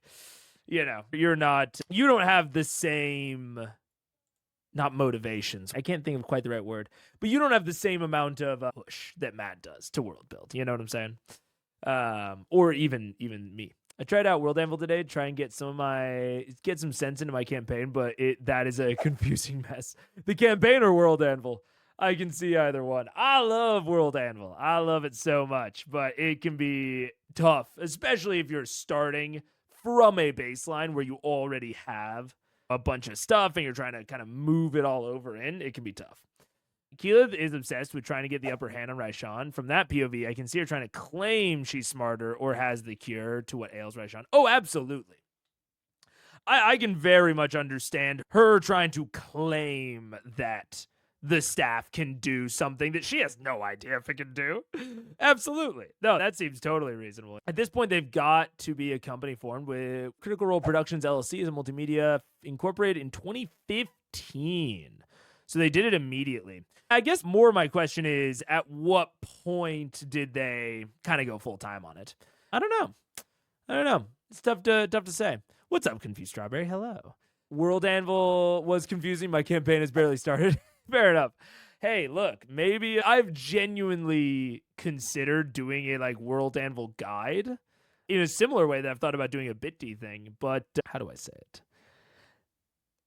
Something that people could easily confuse with an ad. Like if I did an entire guide on like, here's how I use World Anvil, people would think that was an ad, and goddamn, if I'm doing an entire piece, it better be. You know what I'm saying? I'd love to do that, but if I'm doing an entire piece on something like that, I'd kind of need it to be an ad because people would think it was no matter what. Matt was Ganondorf in Totki. Laura was in a Whole Ass Musical. I do wonder when it became the majority, but I doubt that there would be a solid answer to that just available online. They've probably answered it in an interview before, if I had to guess. Or if they haven't, I'm sure that they would vaguely know in their heads, but it was probably a pretty gradual transition throughout all of this. Yeah. Anyways. I think if I might translate what my friend here is trying to relate. If you fuck this up, Percy, I swear to God. Is that perhaps when the dust has settled, your salvation may either be found in the withering corpse or cackling smile of a creature that you are subservient to who will take great delight in your destruction, or perhaps in those that you have aided who will feel grateful. It's up to you, Raishan. And I will advise her to take no revenge until all cards are on the table. Good. Clearly you are the type of person who looks for answers in other people You are clearly unaware of accepting any fault or any result of your actions. So why don't you start fresh? Do you really want Thordak to have another sway over you, another gift, another favor that he's given you, that he is going to hold over you for all of eternity? Do you really want that? You're stronger than that. That's why we're working to watch him fall. Are we? If you need not my help, just let me know. Oh no, Raishan. We don't need your help. Let me say that right now. This all just depends on what you want out of the end of the deal. I know this is a total fucking tangent, total interruption. Got paired the other day in Marvel Rivals Quick with 5 DPSs. 5 DPSs in Quick Play. DPS stands for damage per second, but it's basically like people that focus on doing damage rather than like tanks or healers. I was playing Rocket, and I got paired in with 5 other DPS mates, and I'm like, please, a tank, please. And one of them switches to Mr. Fantastic, who is a DPS still. And he was like, I'm a tank, don't worry about it. And then after the game, they blamed me. They were like, they all died, I think like 10 or 11 times, and I died 5 times. And I had most healing in match. And they were like, Rocket shouldn't die that much. He can avoid getting dove. And I was like, I want to rip my hair out. I want to...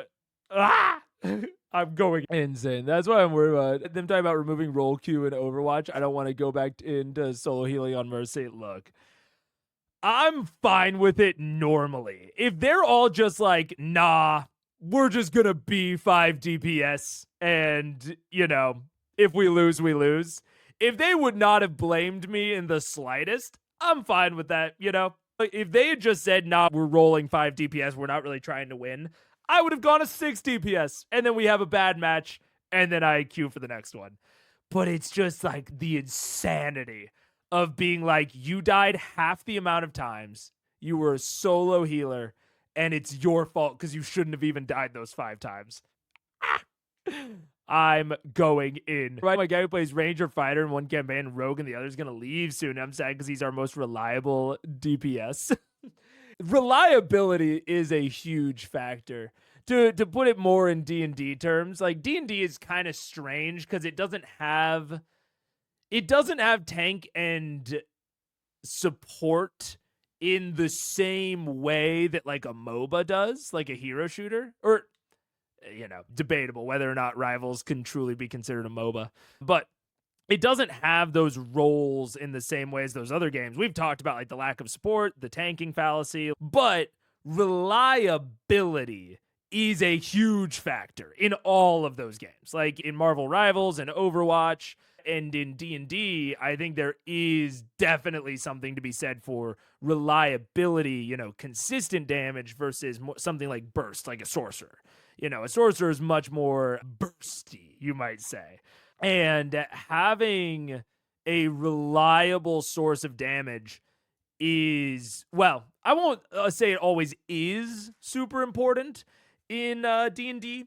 It should be. That's what I'll say, is it absolutely should be. And I think that if you are a DM, one of the beautiful things about D&D is that you have an on-the-spot balancer that is both there to challenge, but also to reward players and player behavior and player comps.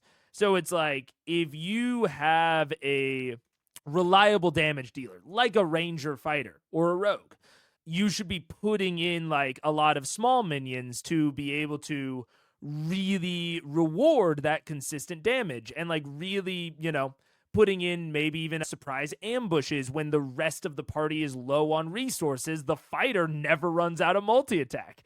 You know what I'm saying? And when you lose that, on one hand, those sorts of things now become a very legitimate challenge for the remaining party, and that can be played to great effect. Like, having that remaining party really feel that lack of consistency is absolutely important and can be used to really challenge them. But simultaneously, on the back end, you can kind of reduce the amount that you use it as a DM.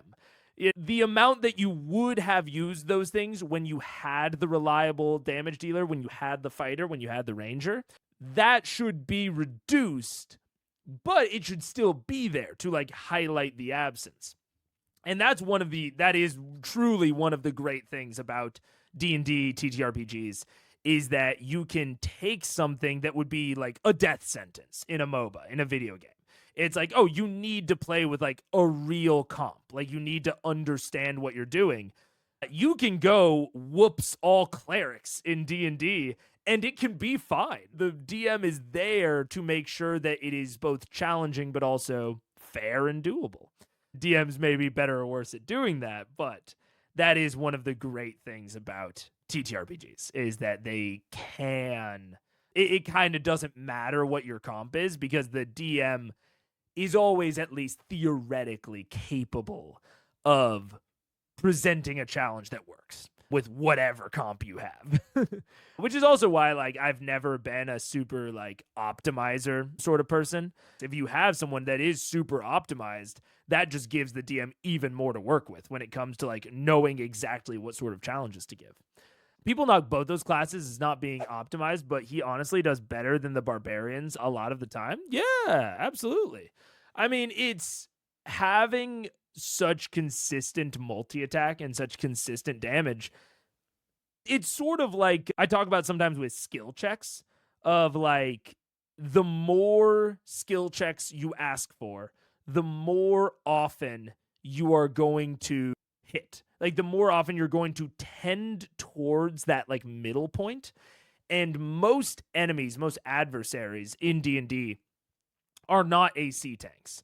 The vast majority of adversaries in D&D 5e design are health tanks. If we want to like make that sort of comparison, they are going to have generally lower ACs and generally higher health pools. The ranger and fighter, right? Okay. So it's like if you're like most enemies are going to be health tanks, not AC tanks, because AC, determines whether or not you hit on a binary, and it's more fun to hit.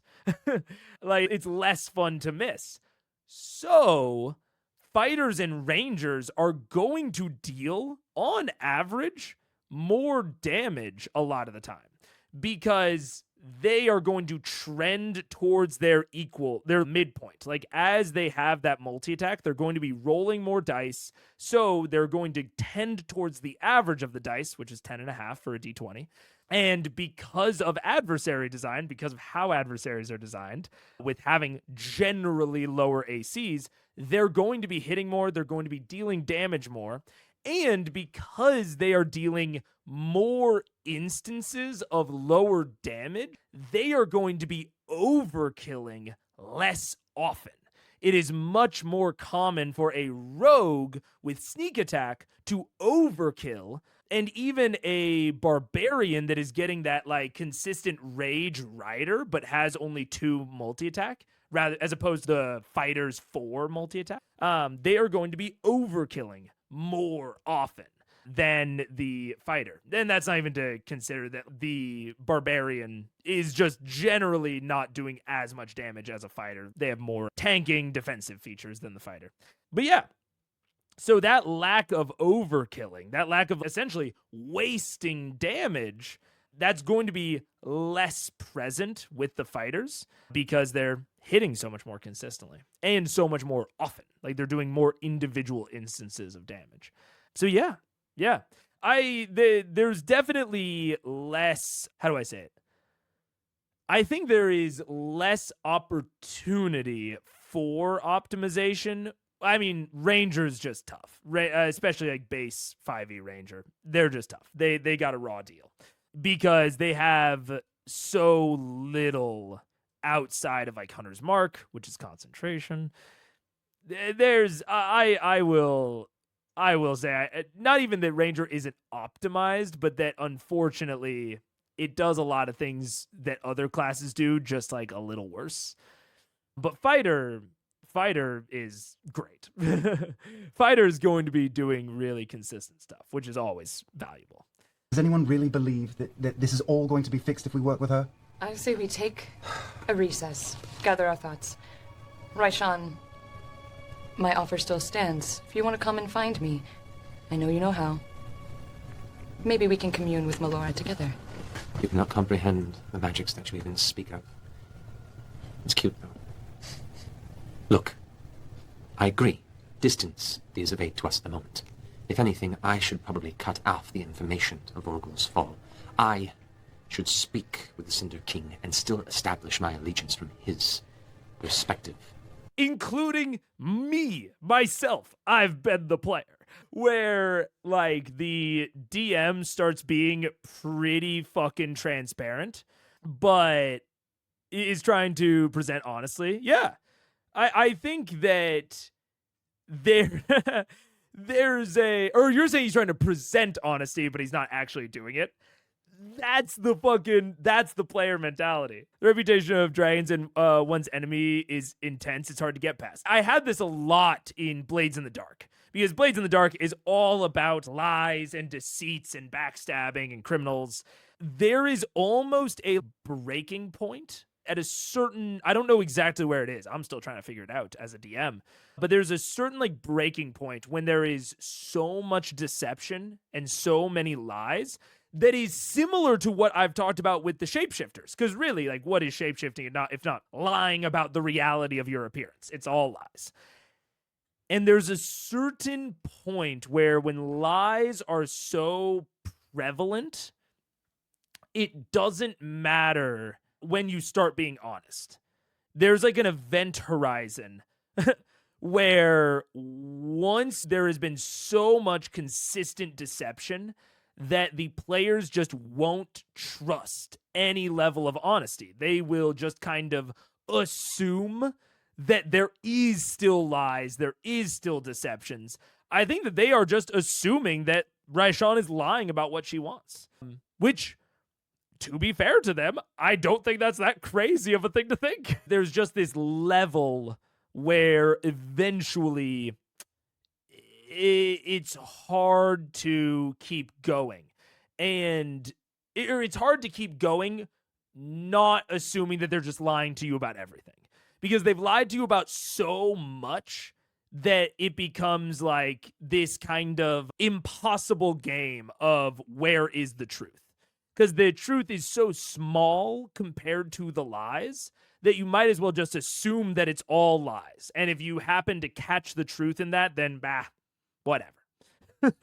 It's one of the reasons that I really like highly... How do I say it? I don't like a villain whose whole thing is lying. Because then you can never really suss out anything about them. I mentioned it last stream, I think, or maybe the stream before that I watched a lot of Full Metal Alchemist, and I really like JoJo's Bizarre Adventure.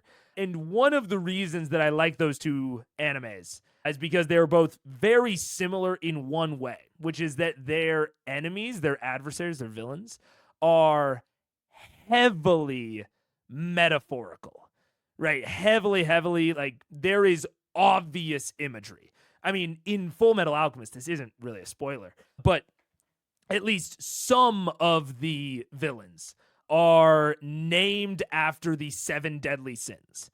And so it's like, oh yeah, you meet a villain called greed or a villain called lust, you can pretty quickly get their shtick.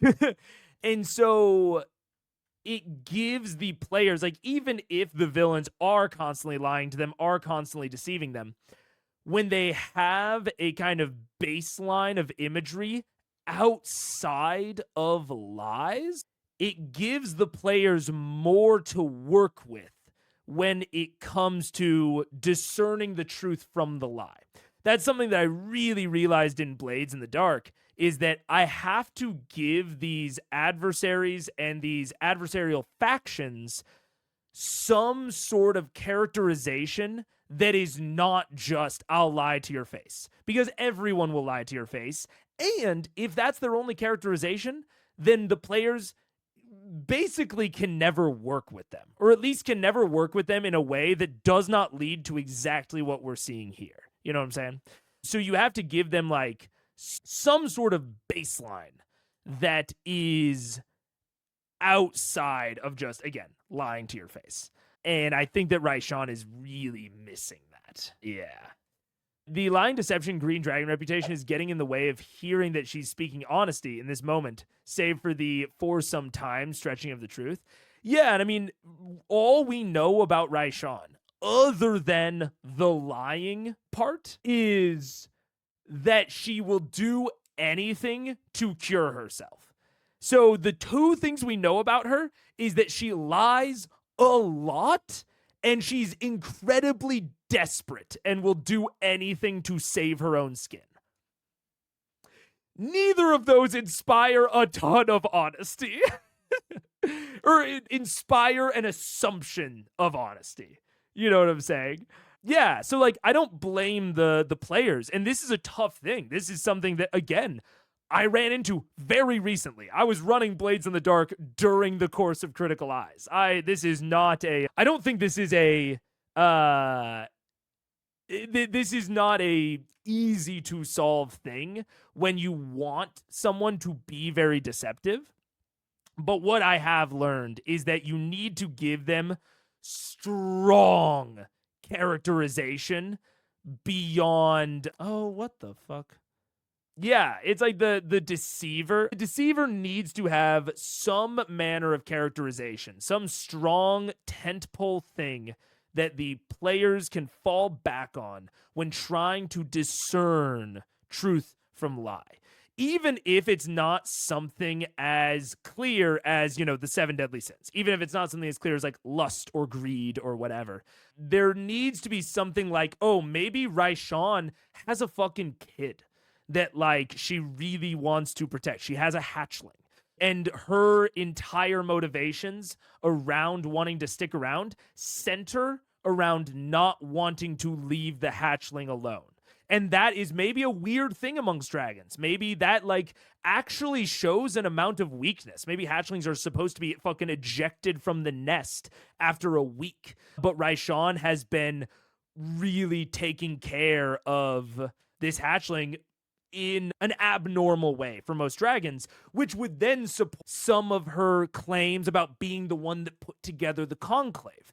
If they learn that she is willing to break dragon norms in order to care for this hatchling, then it makes her claims about putting the chroma conclave together much more believable. Like, you start to be able to pick apart some truths from some lies because you know a key thing about her personality other than the lying and the deception. So that's, again, it's not easy. It's hard. But it's definitely something that I've realized. If I'm going to have a very lie intrigue sort of system, I need for there to be characterization outside of the lying. Skeptics are always like, why did character X trust them and not realize they'd be betrayed? How dumb. But D&D shows that moving through the world assuming everyone lies makes frustrating stories. Precisely. It's why I've been saying all of this like it's a problem, which I think it is, but I should straight out say that. If you are interacting with a character and you cannot trust that they're telling an honest truth at any point about anything, it just makes it frustrating. It is not good. Yeah. It just because it slows down play so much. Yeah. In Ep 70, we learned her name was the Diseased Deceiver, so they were trying to parse the truth from deceptions. Yeah, absolutely. But I think that is my ultimate problem here. Or I think that is the ultimate problem, is that she just is the deceiver. Now, she does have characterization outside of that in the diseased aspect of it, where, like, we know that she is out to heal herself. So I've been talking about all of this, again, as if it's like so bad, but I will say Matt gave her an amount of characterization outside of the lying, in that she is out to save her own skin, and you see the players continuing to come back to that, especially Taliesin and Marisha.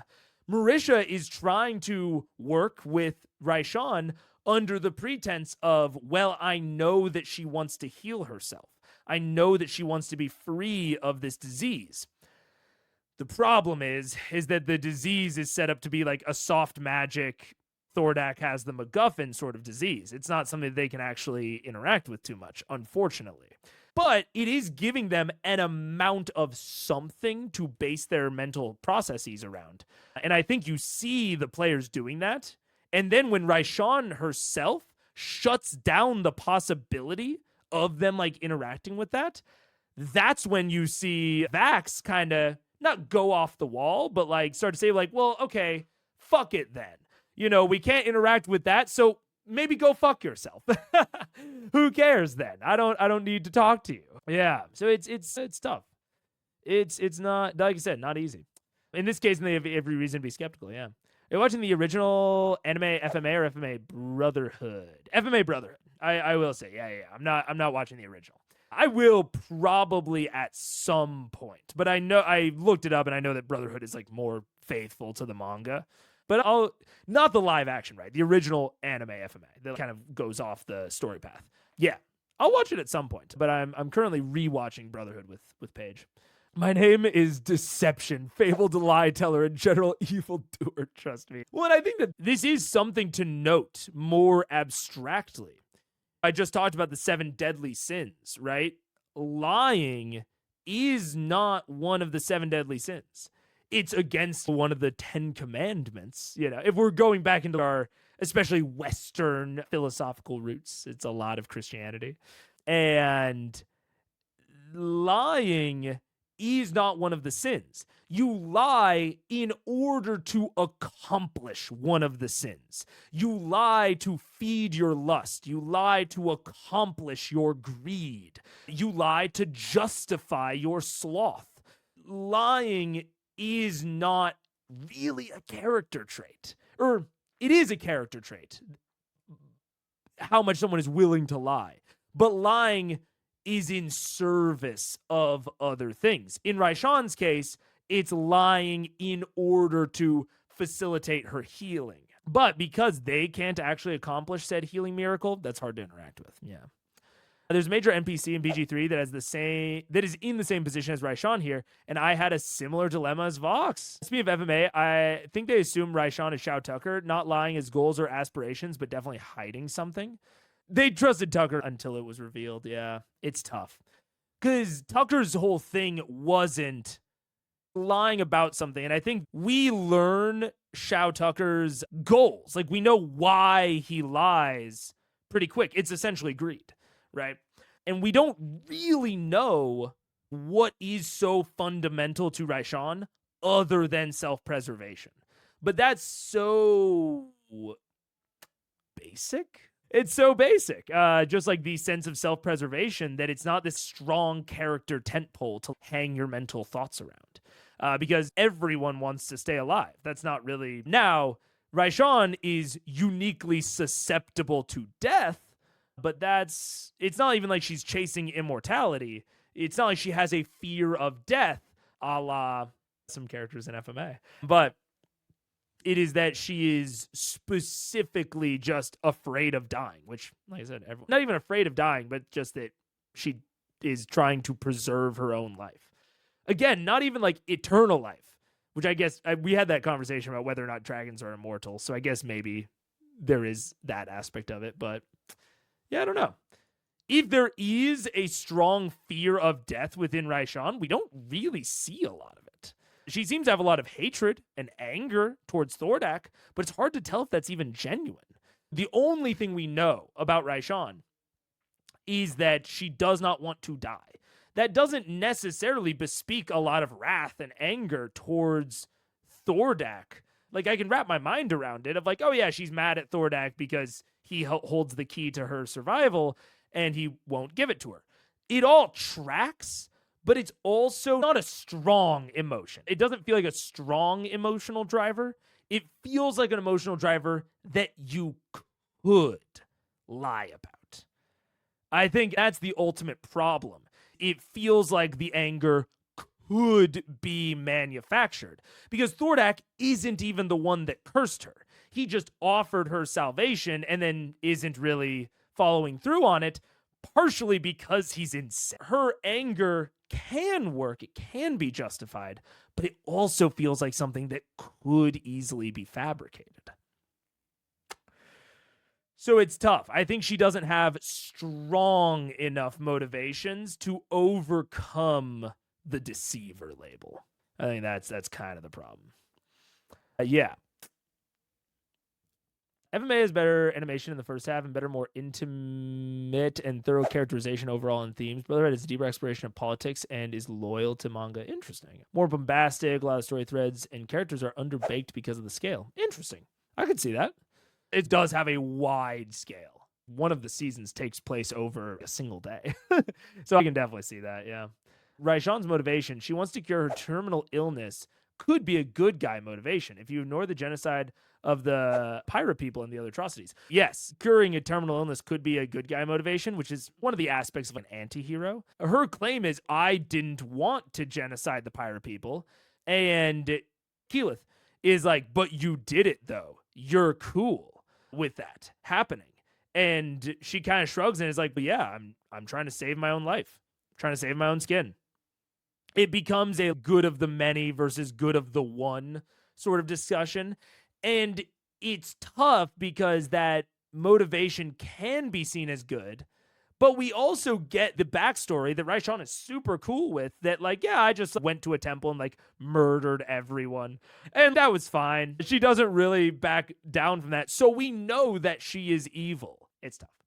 I think we need some extra characterization beyond self-preservation, amorality, and lying. Those are kind of the three things we have about Raishan, is just that she doesn't really care. She doesn't really care about human lives at all. I mean, she's a dragon. I think that kind of, within the D&D sphere, I think that kind of makes sense. So she's amoral. She has self-preservation, which is understandable, and she lies a lot. These two are kind of like just naturally justifiable facts of life. And so all that we have left is the lying, which I think is kind of the problem. It's very, very good. I liked it a lot. I'm in the minority opinion, but so many people talk about Brotherhood is a better adaptation. They forget the FMA original was getting like 95 positive when it came out. It was top of the list. Yeah, I mean, it seems I'm not interested in the live action version at all. I'm definitely interested in the other anime. Can you keep him from attacking Whitestone? For a time, maybe. Can you guide his fury in a way that would be beneficial to the plan? If I knew what the plan was, yeah. Ideally, if we could get him away. I don't think we're going to be able to get him away, but... We're going to do recon. I thought you were Well, smart. And we're going to send out word to gather our forces at where? What if he knew where we were? We don't know yet. Let's find out. Let's pick a place. What if you knew where we were? What if... I will also say, this is just this topic change, to just point out, I don't even know that there's necessarily a lesson here other than that you train your players. I think there's a good example of training your players here in that their first instinct is get Thordak away from Iman, because that's what they did with Umbrasyl, and it worked. Then that's what they did with Vorugal, and it worked. You can specifically mold those expectations as a DM if you want, and either subvert or lean into them. That could be an incredibly effective strategy for getting Thordak, and there could be a very explicit path. When I was talking about, the Vorugal fight in what I viewed as maybe like not the correct solution, or not a correct solution, just a solution with effort. This is one of the things that I wouldn't necessarily say is worrying, I suppose, but it's something to keep in mind. If I'm Matt, I've spent so long building up this dungeon in Iman and this whole sequence in Iman. I don't want them to be focused on trying to get Thordak out of Iman. Their previous two dragon hunts have taught them that getting the dragon out of their lair is the way to handle it. It's more of a lesson, just like you train your players in terms of what you allow, what works, when you fudge things in order to make their plan possibly successful. Like, I am of the opinion that Matt fudged the Vorugal fight a little bit so that they ended up winning. Not necessarily in terms of dice rolls, but in terms of decision-making on Vorugal's part. And when you do that, you are baking in what works. And now they're going to take those lessons of what works into future encounters like this one. Now, Matt has dealt with this by just saying getting Vorugal out as not viable, essentially. Like, he's just said, you know, getting Vorugal out, or getting Thordak out of Amon is basically just not viable at all. So, I think he is not sidestepping necessarily, but he's dealing with the fact that he trained them towards that angle. But it's still something that you will have to do with, and you're constantly training.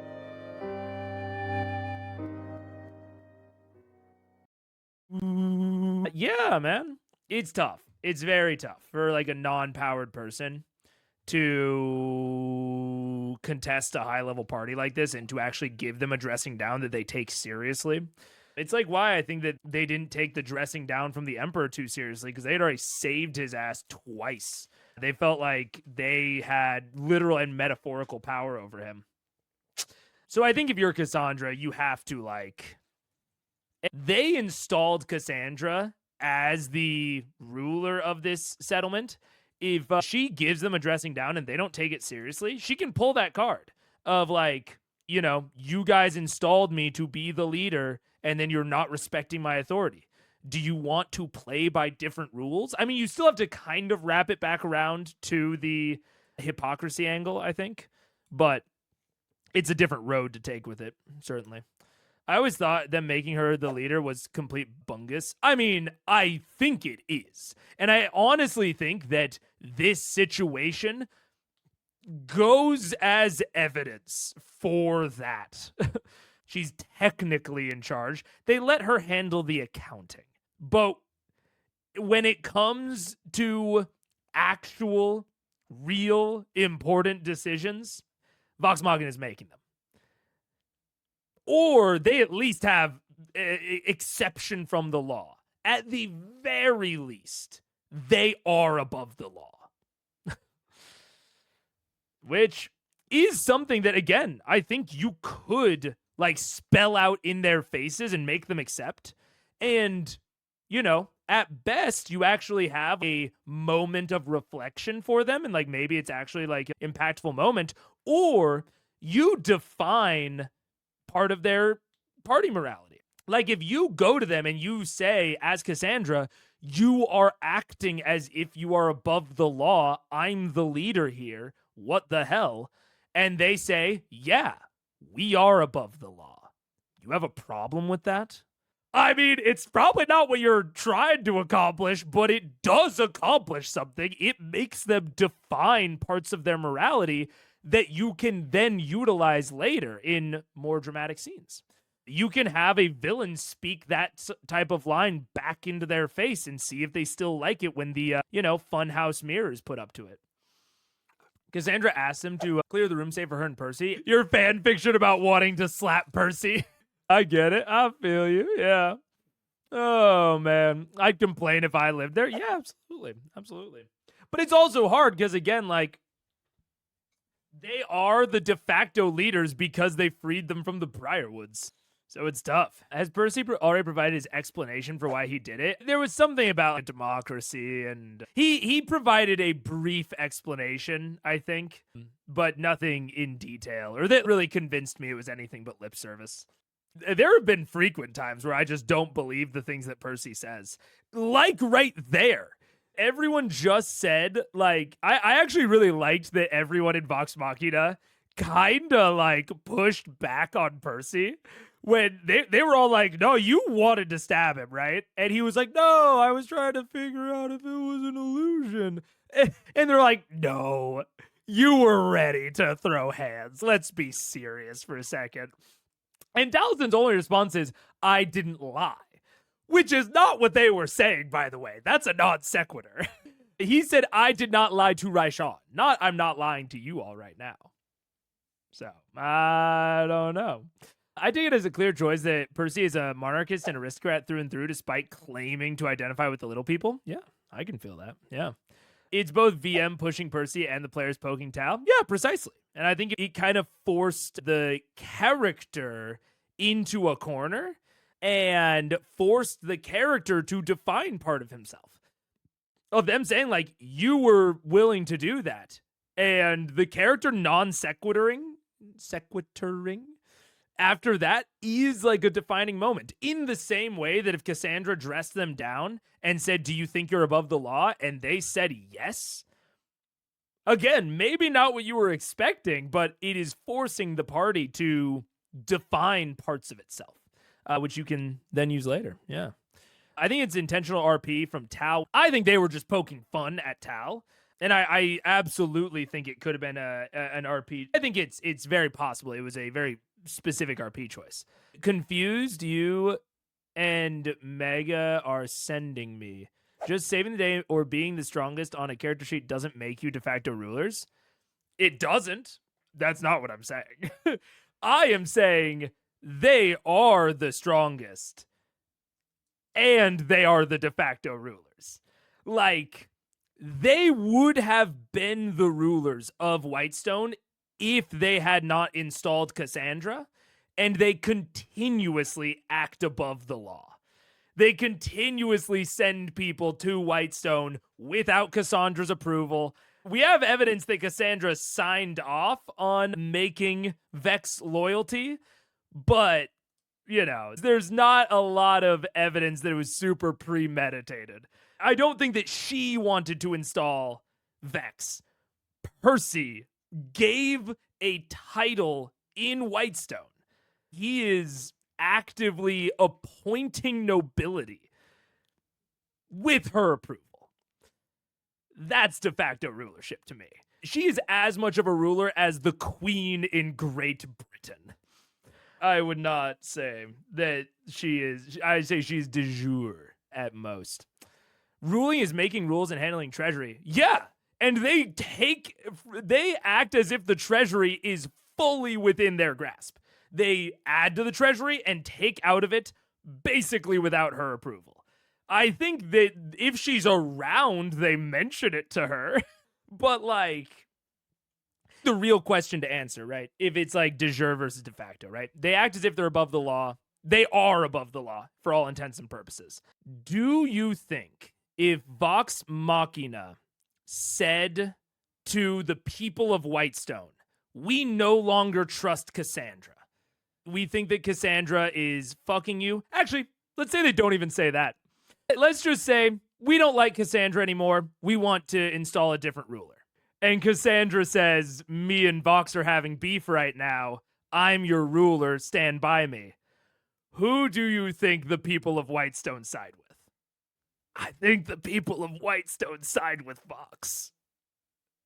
I think that if they decided tomorrow that they wanted to depose Cassandra, I think they easily could. She rules as they let her rule. Feel a little close to reality broken chuckles here. At this point, democracies aren't a thing, autocracies are a thing. So Percy acting like this is on theme. Yeah, it's true. It's not like he's like being like totally crazy for the time. Yeah. I will say they are the defensive Whitestone, so I will give them that. Seriously, Mega, I don't actually think we know enough about Whitestone as a real group for that to be predictable. Maybe. If I had to bet, if someone made me bet on the outcome, I would feel incredibly comfortable with betting on Vox. Given that they also granted clemency to the original Briarwood collaborators as well. And the people of Whitestone totally backed their decision. We did not hear Cassandra's opinion on that clemency at all. They were hailed as the heroes. They installed Cassandra. Like, and I think that is maybe what I'll end on, because I think we might be starting to get a little bit repetitive. In the traditional way that, like, historical monarchers ruled by the grace of God, right? God was the person that like granted authority to monarchs in at least Western history. Cassandra rules through the power of Vox, right? They appointed her, and she like they are where she determines her essentially right to rule. Because beyond them, she was a collaborator. So they installed a collaborator. Hey, we can take the collaboration as neutral. She's part of the historical ruling family of the Durolos. Sure, she collaborated a little bit, but we'll call that a walk. Beyond that, she rules by the power of Vox Machina. So maybe you could say that she's the leader of Whitestone, but she is a leader who draws her authority from this group. So I guess it's maybe fair to say that they are not the ruler. They are not the rulers, but they are the people that deliver the right to rule. Which I guess is a distinction, but not a... I really don't think Matt has crafted Whitestone to try to be realistic to the level of actual governing. I agree that Matt did not do that. And I am more commenting on the types of things that you have to consider if you don't do that, right? This all started from the idea of Cassandra dressing down Vox, right? Because Whitestone is not really crafted in such a way that it hurts Cassandra's ability to dress them down, right? Like, they don't act as if it is a real governing body in a real place with governance, right? And so it's not within her power in terms of a narrative, like in terms of the fiction and the story. It is not really within her power to admonish Vox. And we can say that it should be because she is technically the ruler, but you're right. It's not really set up in a way where her rule like makes a ton of like logistical and like realistic sense. So my claim is that because not a lot of it makes a lot of sense, like because it is not realistic, you can then not really use that as a reason to allow her to dress Vox down and for it to like matter at all. Like, it is much more pertinent that she is the sister of Percy than that she is the ruler of Whitestone. Even in that scene that we just saw right there, she tugged on Percy's sleeve like a little sister, not as the ruler of a city-state. I think that's where I'm kind of going with this. It's hard for her to admonish them or to dress them down at all because her rule is not particularly supported. That's where I'm getting with it. Yeah, Matt would side with them for campaign reasons. I agree that it doesn't really matter that she's the ruler as much as being a sister. I think we're approaching the same page, just from kind of opposite sides of the book. Tugging on the sleeve was very much so. When it comes down to it, she's too young old for VM to murder. General critique. I do think that the method of argument of just shutting things down is not amazing player behavior and strategy. Even if that is a flaw that you're going for on a character, I think that's number one, pretty hard to pull off. But number two needs to be a lot more obvious. There needs to be some amount of table talk or agreement with a plan. You do it once or twice and then go with the plan. So I think that the just shutting down of a plan is not the best player behavior. But I also do think that there's an amount of this possibly at the table where I don't think most of these people are 100% like, yes, this is the best plan. I think Taliesin might be. But I think that most of them kind of just want the planning to be over, which is another aspect of why stonewalling can be pretty frustrating, is because if you are not putting up a counter proposal, a counter plan, then you are just prolonging the planning, which a lot of people, like Sarah pointed out, might not be enjoying. And I do think also this is where Matt could jump in with Allura. One of the benefits of Allura being there is that she can jump in to support or propose counter plans. The only thing that you really got to be careful about is proposing a counter plan that has not been brought up yet by one of the players. That's really dangerous territory.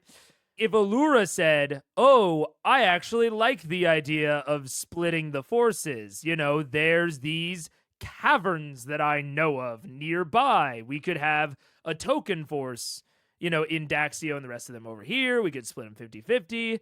Like, she could support the abstract of Keyleth's idea of saying, like, yeah, Keyleth, I think there are ways to split up our forces and mitigate risk in case it's a trap. And I think Matt really could jump in there with Allura. That one of the benefits of having an NPC in the scene is that the DM can jump in. They just can't really provide new and novel ideas. Or if they do, you have to be careful about it because it's essentially a lore drop. And if it's like purely a strategy thing, that can be seen as like leading the characters towards like the correct plan. You know, why not provide new and novel ideas? Because it might be seen as too much railroading. If Allura provides a new idea that they end up choosing and like it ends up really succeeding, that's where I think we get into railroading stuff.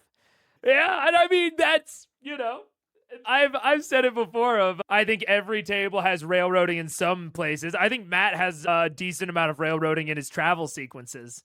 So every table is going to have differing tolerances for differing types of railroading. Let's go find a military general to handle the army logistics of all these NPCs. That is something that could absolutely be a new and novel idea that Allura presents, is saying, well, there is a general, or like, you know, Brahm Goldhand was one of the generals here, or I have, you know, there's some person on the Arcana Panasophical that could assist in this. They have experience leading armies. They could, I think you have to wrap it back to the player motivations or priorities and say, I think that they could really help mitigate risk. It sounds like that's what you want, Keyleth. It sounds like you are afraid of a trap. You want to mitigate risk. I know of someone that could help us position everyone at Fort Daxio in a way that will mitigate risk in case there is an ambush. That's absolutely something that Allura could say here that I don't even think would be too far away from railroading, or would be too into railroading. But I think, yeah, just wrapping it back around to the players' ideas that have been vocalized and continuing those is an important part. Marisha is actually RPing Dr. Ripley and shooting down Mia. Oh no! I skipped ads. We're really close to the end. We're like 2 minutes off the end.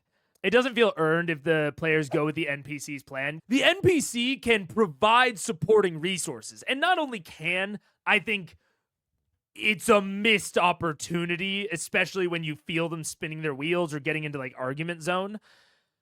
I think it's a missed opportunity to not utilize the NPC to support a plan. I think supporting a PC plan is still going to make it feel like, yeah, we found the right idea, rather than the DM gave us the right idea. Yeah. It's only railroading when we don't like, how is the idea about a book going? A novel idea. But yeah, it's tough. I do think this is one of the, I'm trying to think if there's another time off the top of my head where I've thought that like I make comments, you know, a lot sometimes about like being critical of certain player behaviors. This is the first time where I feel like Marisha's actually where I would be critical of her behavior in this one. I'm being very careful with that because I don't, you know, you guys know where I stand. I've talked about it repeatedly about the over critique of Marisha specifically. But I do feel like this is one area where she might actually be exhibiting bad player behavior. I would say her RP is suboptimal, but not bad. I think I would lean into bad on this one, just because of the stonewalling is bad from a moving forward perspective, from an improv, telling the story in an improvised manner. I think it is specifically hindering that aspect of D&D. It's not a invalid character choice, but I do think it hinders the specific storytelling of TTRPGs. I'm trying to be very careful about it because I don't want to give certain types more ammo, but I still have to be honest about what I think. It's not the army, it's the reserves, the rest are. Any powers that you can think of, let them know where we are heading. Do not let them know the plan, but let them know that if there are forces to gather, they are gathering in that direction. And don't share our carefully crafted plan with anyone. The details are so precise and exact, you must keep them secret. The more precise details you have in a war plan, the more things that will inevitably go wrong in the first 10 seconds. Certainly. Said the Hey, president. how about we go to Daxio and then you guys can catch up with the airship that arrives in the next couple of days. We'll do that. And then we're meeting with Daxio, correct? Please. Yeah, Daxio. Daxio. Very well. Daxio it is. We'll see you soon. On the morrow. Tradition. No, we plan. Be pleased. Tradition. Beep, beep. Beep, beep. Good day. And with that, we'll finish the night session, picking up here for next week. But Finishing it now? Well, yeah, it's like What was under that? Oh, such a I dumb don't ending. know. Find out, I guess. I know, that was a fucking Dumb fuck ending. Dirk. Great. Sorry, guys. I tried to stab a dragon. Yeah. I swear I tried. No, we know you did. I tried to end the game. I thought the game could totally have been ended right there. Yep, got that gunslinger sneak attack times 10 damage. That was a green dragon. I did the math on what that could have done. It could have been nasty. Okay. Had it been a less tricksy dragon, maybe. It had been a less tricksy dragon, I would have been. Oh man, that's okay. That is very, I think, specific evidence that it is Percy. It is Taliesin playing Percy's flaws there. Which, well, that's the answer. He did want to. Precisely. That's exactly what I'm saying. Which, I will say, this sort of over-the-table talk, I think Critical Role avoids it mid-session a lot, which I think is fair. I think that this sort of over-the-table talk can take people out of scenes. But I really like the choice as Taliesin to immediately, when the session ends, be like, yeah, you guys are right. I definitely wanted to stab that dragon. It helps confirm what may or may not have been a roleplay choice of Percy kind of being dodgy about whether or not he was actually trying to attack the dragon. He was being a little dodgy about it. It's okay, maybe Taliesin is feels embarrassed about it and is trying to play it off. Is just after the session, if there was a potentially contentious moment where you were portraying a flaw and it might not have been clear to the other players, having that little comment afterwards of oh yeah, you guys were absolutely right. I know that was a little bit, that was all RP. I think those are great moments to have. Yeah. Which is why they started Talks Machina to include above the table talk. Yeah. If only, well, I shouldn't even say that. Yeah, I was about to say if only I'd started Critical Eyes a year or two earlier, but the things happened no matter what. I would have just been ignorant to them at the time. So that's not something I should wish for. But yeah. It was a good idea. It's a really good idea to show that and display that sort of stuff to the audience, I think. Probably did a lot of grounding for the series. Did a lot to help it be more understandable of what was role play and what was not. I get to enjoy this for a little bit at least. We should have Mike on the street take bets on how long it takes to get arrested. Put him on Melrose. Yeah, those YouTube videos or social experiments. Just to know Matt, yeah. 2 cheeseburgers, double fry. Flame fish! Flame fish! Oh, man. All right, we'll be back next week. Pick up whatever the hell your final plan is going to be for this. This is a great plan. I am behind this plan 100%. 20%. I am so excited. Behind this plan, 100%. Thank you, Craig. I'm I'm excited for the countdown to Thordak that we are now embarking on. Gee, Belize. Maybe there'll be time to run to the fire plane really quick. Oh, No, it's we're gonna already go to the fire sacrificed? plane and get them, and then we'll pick up an object, and then we'll fight a dragon. It'll be great. It's cool. I have an internal timer, and if you don't meet it, I'm gonna kill all your people. Don't. No, the glasses make that like weirdly threatening. I love the glasses. It's Don't Sergeant look at it. Pepper's Lonely Heart Club, man. New Natural born killers. Exactly. Well, cool guys, thank you so much. Everyone's awesome. Happy Halloween, everyone. Happy Halloween! You even heard a little bit of Marisha there, of being like, hey, sorry for being such a pain in the ass. You know, this is the RP reason. Yeah, I those sorts of small comments I think are really, really are strangely valuable at the table in a way that you might not necessarily think.